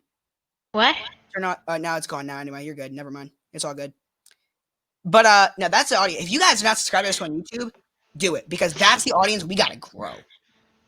Right now, we're live twice right now. What's up, both audiences? No, but they can't see us. They can't see us on the first one. As I was saying about McCollum, though, Michael. Yeah. So the same thing with Steph and Clay is McCollum plays with Dame so well to where, I'm not sure how good these guys be, but. The same with Steph and Clay, which is why I have Steph and Clay as high as I do, and you'll see where I have him later. Right. It's just turn off the. I was just making sure it works on my phone too. Yeah, I don't care. So anyway, it's just such a gap there where I don't even know. I just lost my train of thought completely. I'm back. Steph and Clay make each other what they are. Dame and CJ make each other what they are. I think Dame would be great on his own. Don't get me wrong, but I think the way those two play together puts them as high as they do. I don't think it's better than Mitchell and Gobert. I do. All right. Number 5, I have Jason Tatum and Kemba Walker. Wow. It's way higher now. I might have been number 9. I know. And it's insane because I think Kemba Walker could carry the Celtics if he needs to. I thought he would have carried the Celtics. I can tell you this, that Jason Tatum before the season, in my opinion, was not the best player on the Celtics. I would have taken Kemba Walker. Okay. Now, the duos. Jason Tatum's second best player in the Eastern Conference. Kemba Walker's not a top 5 player in the Eastern Conference. Is he? Maybe. Maybe he is. Maybe he is. No, I don't think so. I don't think so either. But I think he carried the Hornets, I think. And the Celtics are a better team than the Hornets. What's around him, I think very well he can carry the Celtics. I do. Tatum helps. Tatum is the best player on the team. But we're talking about duos. I think together they do really well. Yes, I think these two duos will go to the NBA Finals. But do you think? But I'm saying though. But that's the team. These two players playing together as one duo. You mean like duo, playing on like I don't think they're top 5. I think it's because it's not like I'm not saying Kemba is not one of the best. Oh, this game is. Yeah, this game is a great game. But neither way, Kemba is one of the best, second best players on a team in the league. But we're talking about duos, how well these two guys play together. That's why I have them as low as I do. And it's the same reason why I don't have this duo even higher. I'm going to set up the other stream right now. Okay, listen to me though. What I just said is the exact same reason why I don't have my next duo in my top 3. It's Embiid and Simmons in Philly. Well, that's okay. Is there 5? Yeah, because I think these two players on their own are both capable top 10 players. By the way, I think they're both superstars. I do too. But which is why they're my number 4, by the way. So okay, on their own, if they each have their own team, I think their respective duos will probably both be in my top 5. Which tells you how good they are. I think no matter who you think is better or worse, because I think it's a toss-up between both of them. I really do. I agree. I hate Ben Simmons slander. You know I'm a huge Ben Simmons fan. I think Ben Simmons is the right team around him. He's a top 10 player in the NBA. I think he's overrated, but I think with the right system, Ben Simmons can be a top 10 player in the NBA. The problem is that right system is not in Philly. We already have 17 viewers in 5 minutes on the broadcast. That's my problem. Okay? Embiid and Simmons coming in number 5. Who's your number 4? Embiid and Simmons, right? Embiid and Simmons, right. Okay. What do you have to say that I didn't already say if you do anyway? No, I agree. I think they're both really good. I think they're both superstars, which is why they're in my top 4. Right. But I think so are everyone else. Okay. Stats up here. Here's my number 4, Steph and Clay. Oh God, I have to prepare for Jazz Nuggets. Steph and Clay is my number 4. Right. Okay. And you really don't have a problem with that? I don't. I think they could. Like, I mean, I agree that number 8 was a bit of a bad. Yeah. Okay.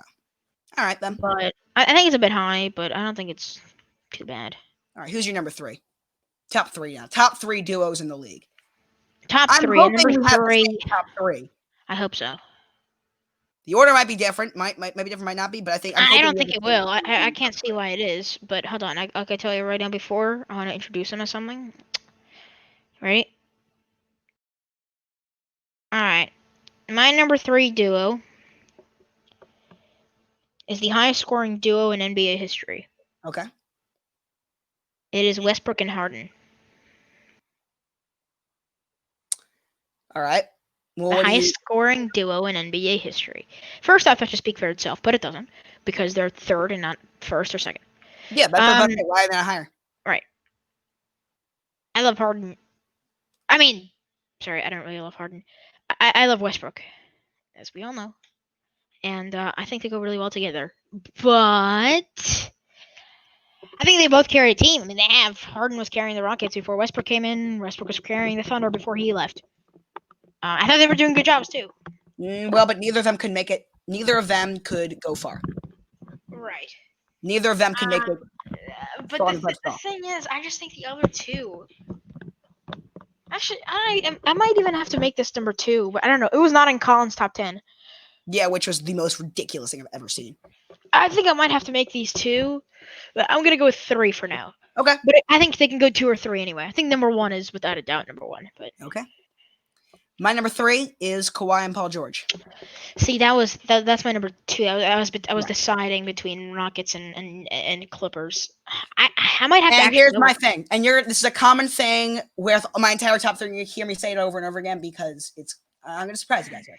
So, Kawhi and Paul George as a duo have played very well together. Very, very well together. However, they have not played together as a duo very much. There have not been very many games where they're both out there. Airball.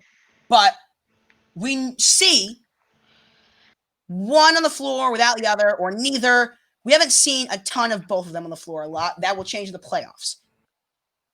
So right now, what I've seen from them is not enough for them to be any higher than number 3. I think that will change, though. I agree. In fact, I think my entire top 3 will change after the playoffs. You know what? I'm gonna switch it. I'm gonna say Rockets. I'm gonna say Clippers at 2, then Rockets at 3. You mean other way around? That's what you just have right now. You mean Rockets at 2? Yeah, that's what I meant. Thank you. Okay, so your number 2 is Harden and Russ. Yes. Okay. My number 2 is LeBron and AD. What? And I will tell you exactly why, because I was expecting that reaction. So you're telling me that Harden and Westbrook are the best? Duo! Oh my God! No. Okay, I personally believe that Anthony Davis is better than That's not Westbrook. Why. I agree 1,000%. Hold on. And Harden. I agree with you. Anthony Davis is better. The second best player is better than both of them. I agree with you. Seriously, you're making me choose between my favorite player and my favorite team. But Michael, here's my thing. And you know what? I don't like Westbrook. I don't like Harden. I know. I don't at all. However, why am I watching the PGA Championship on my computer? This list is not about the best 2 players on each team. Sure. That's a different list. It's how they go together.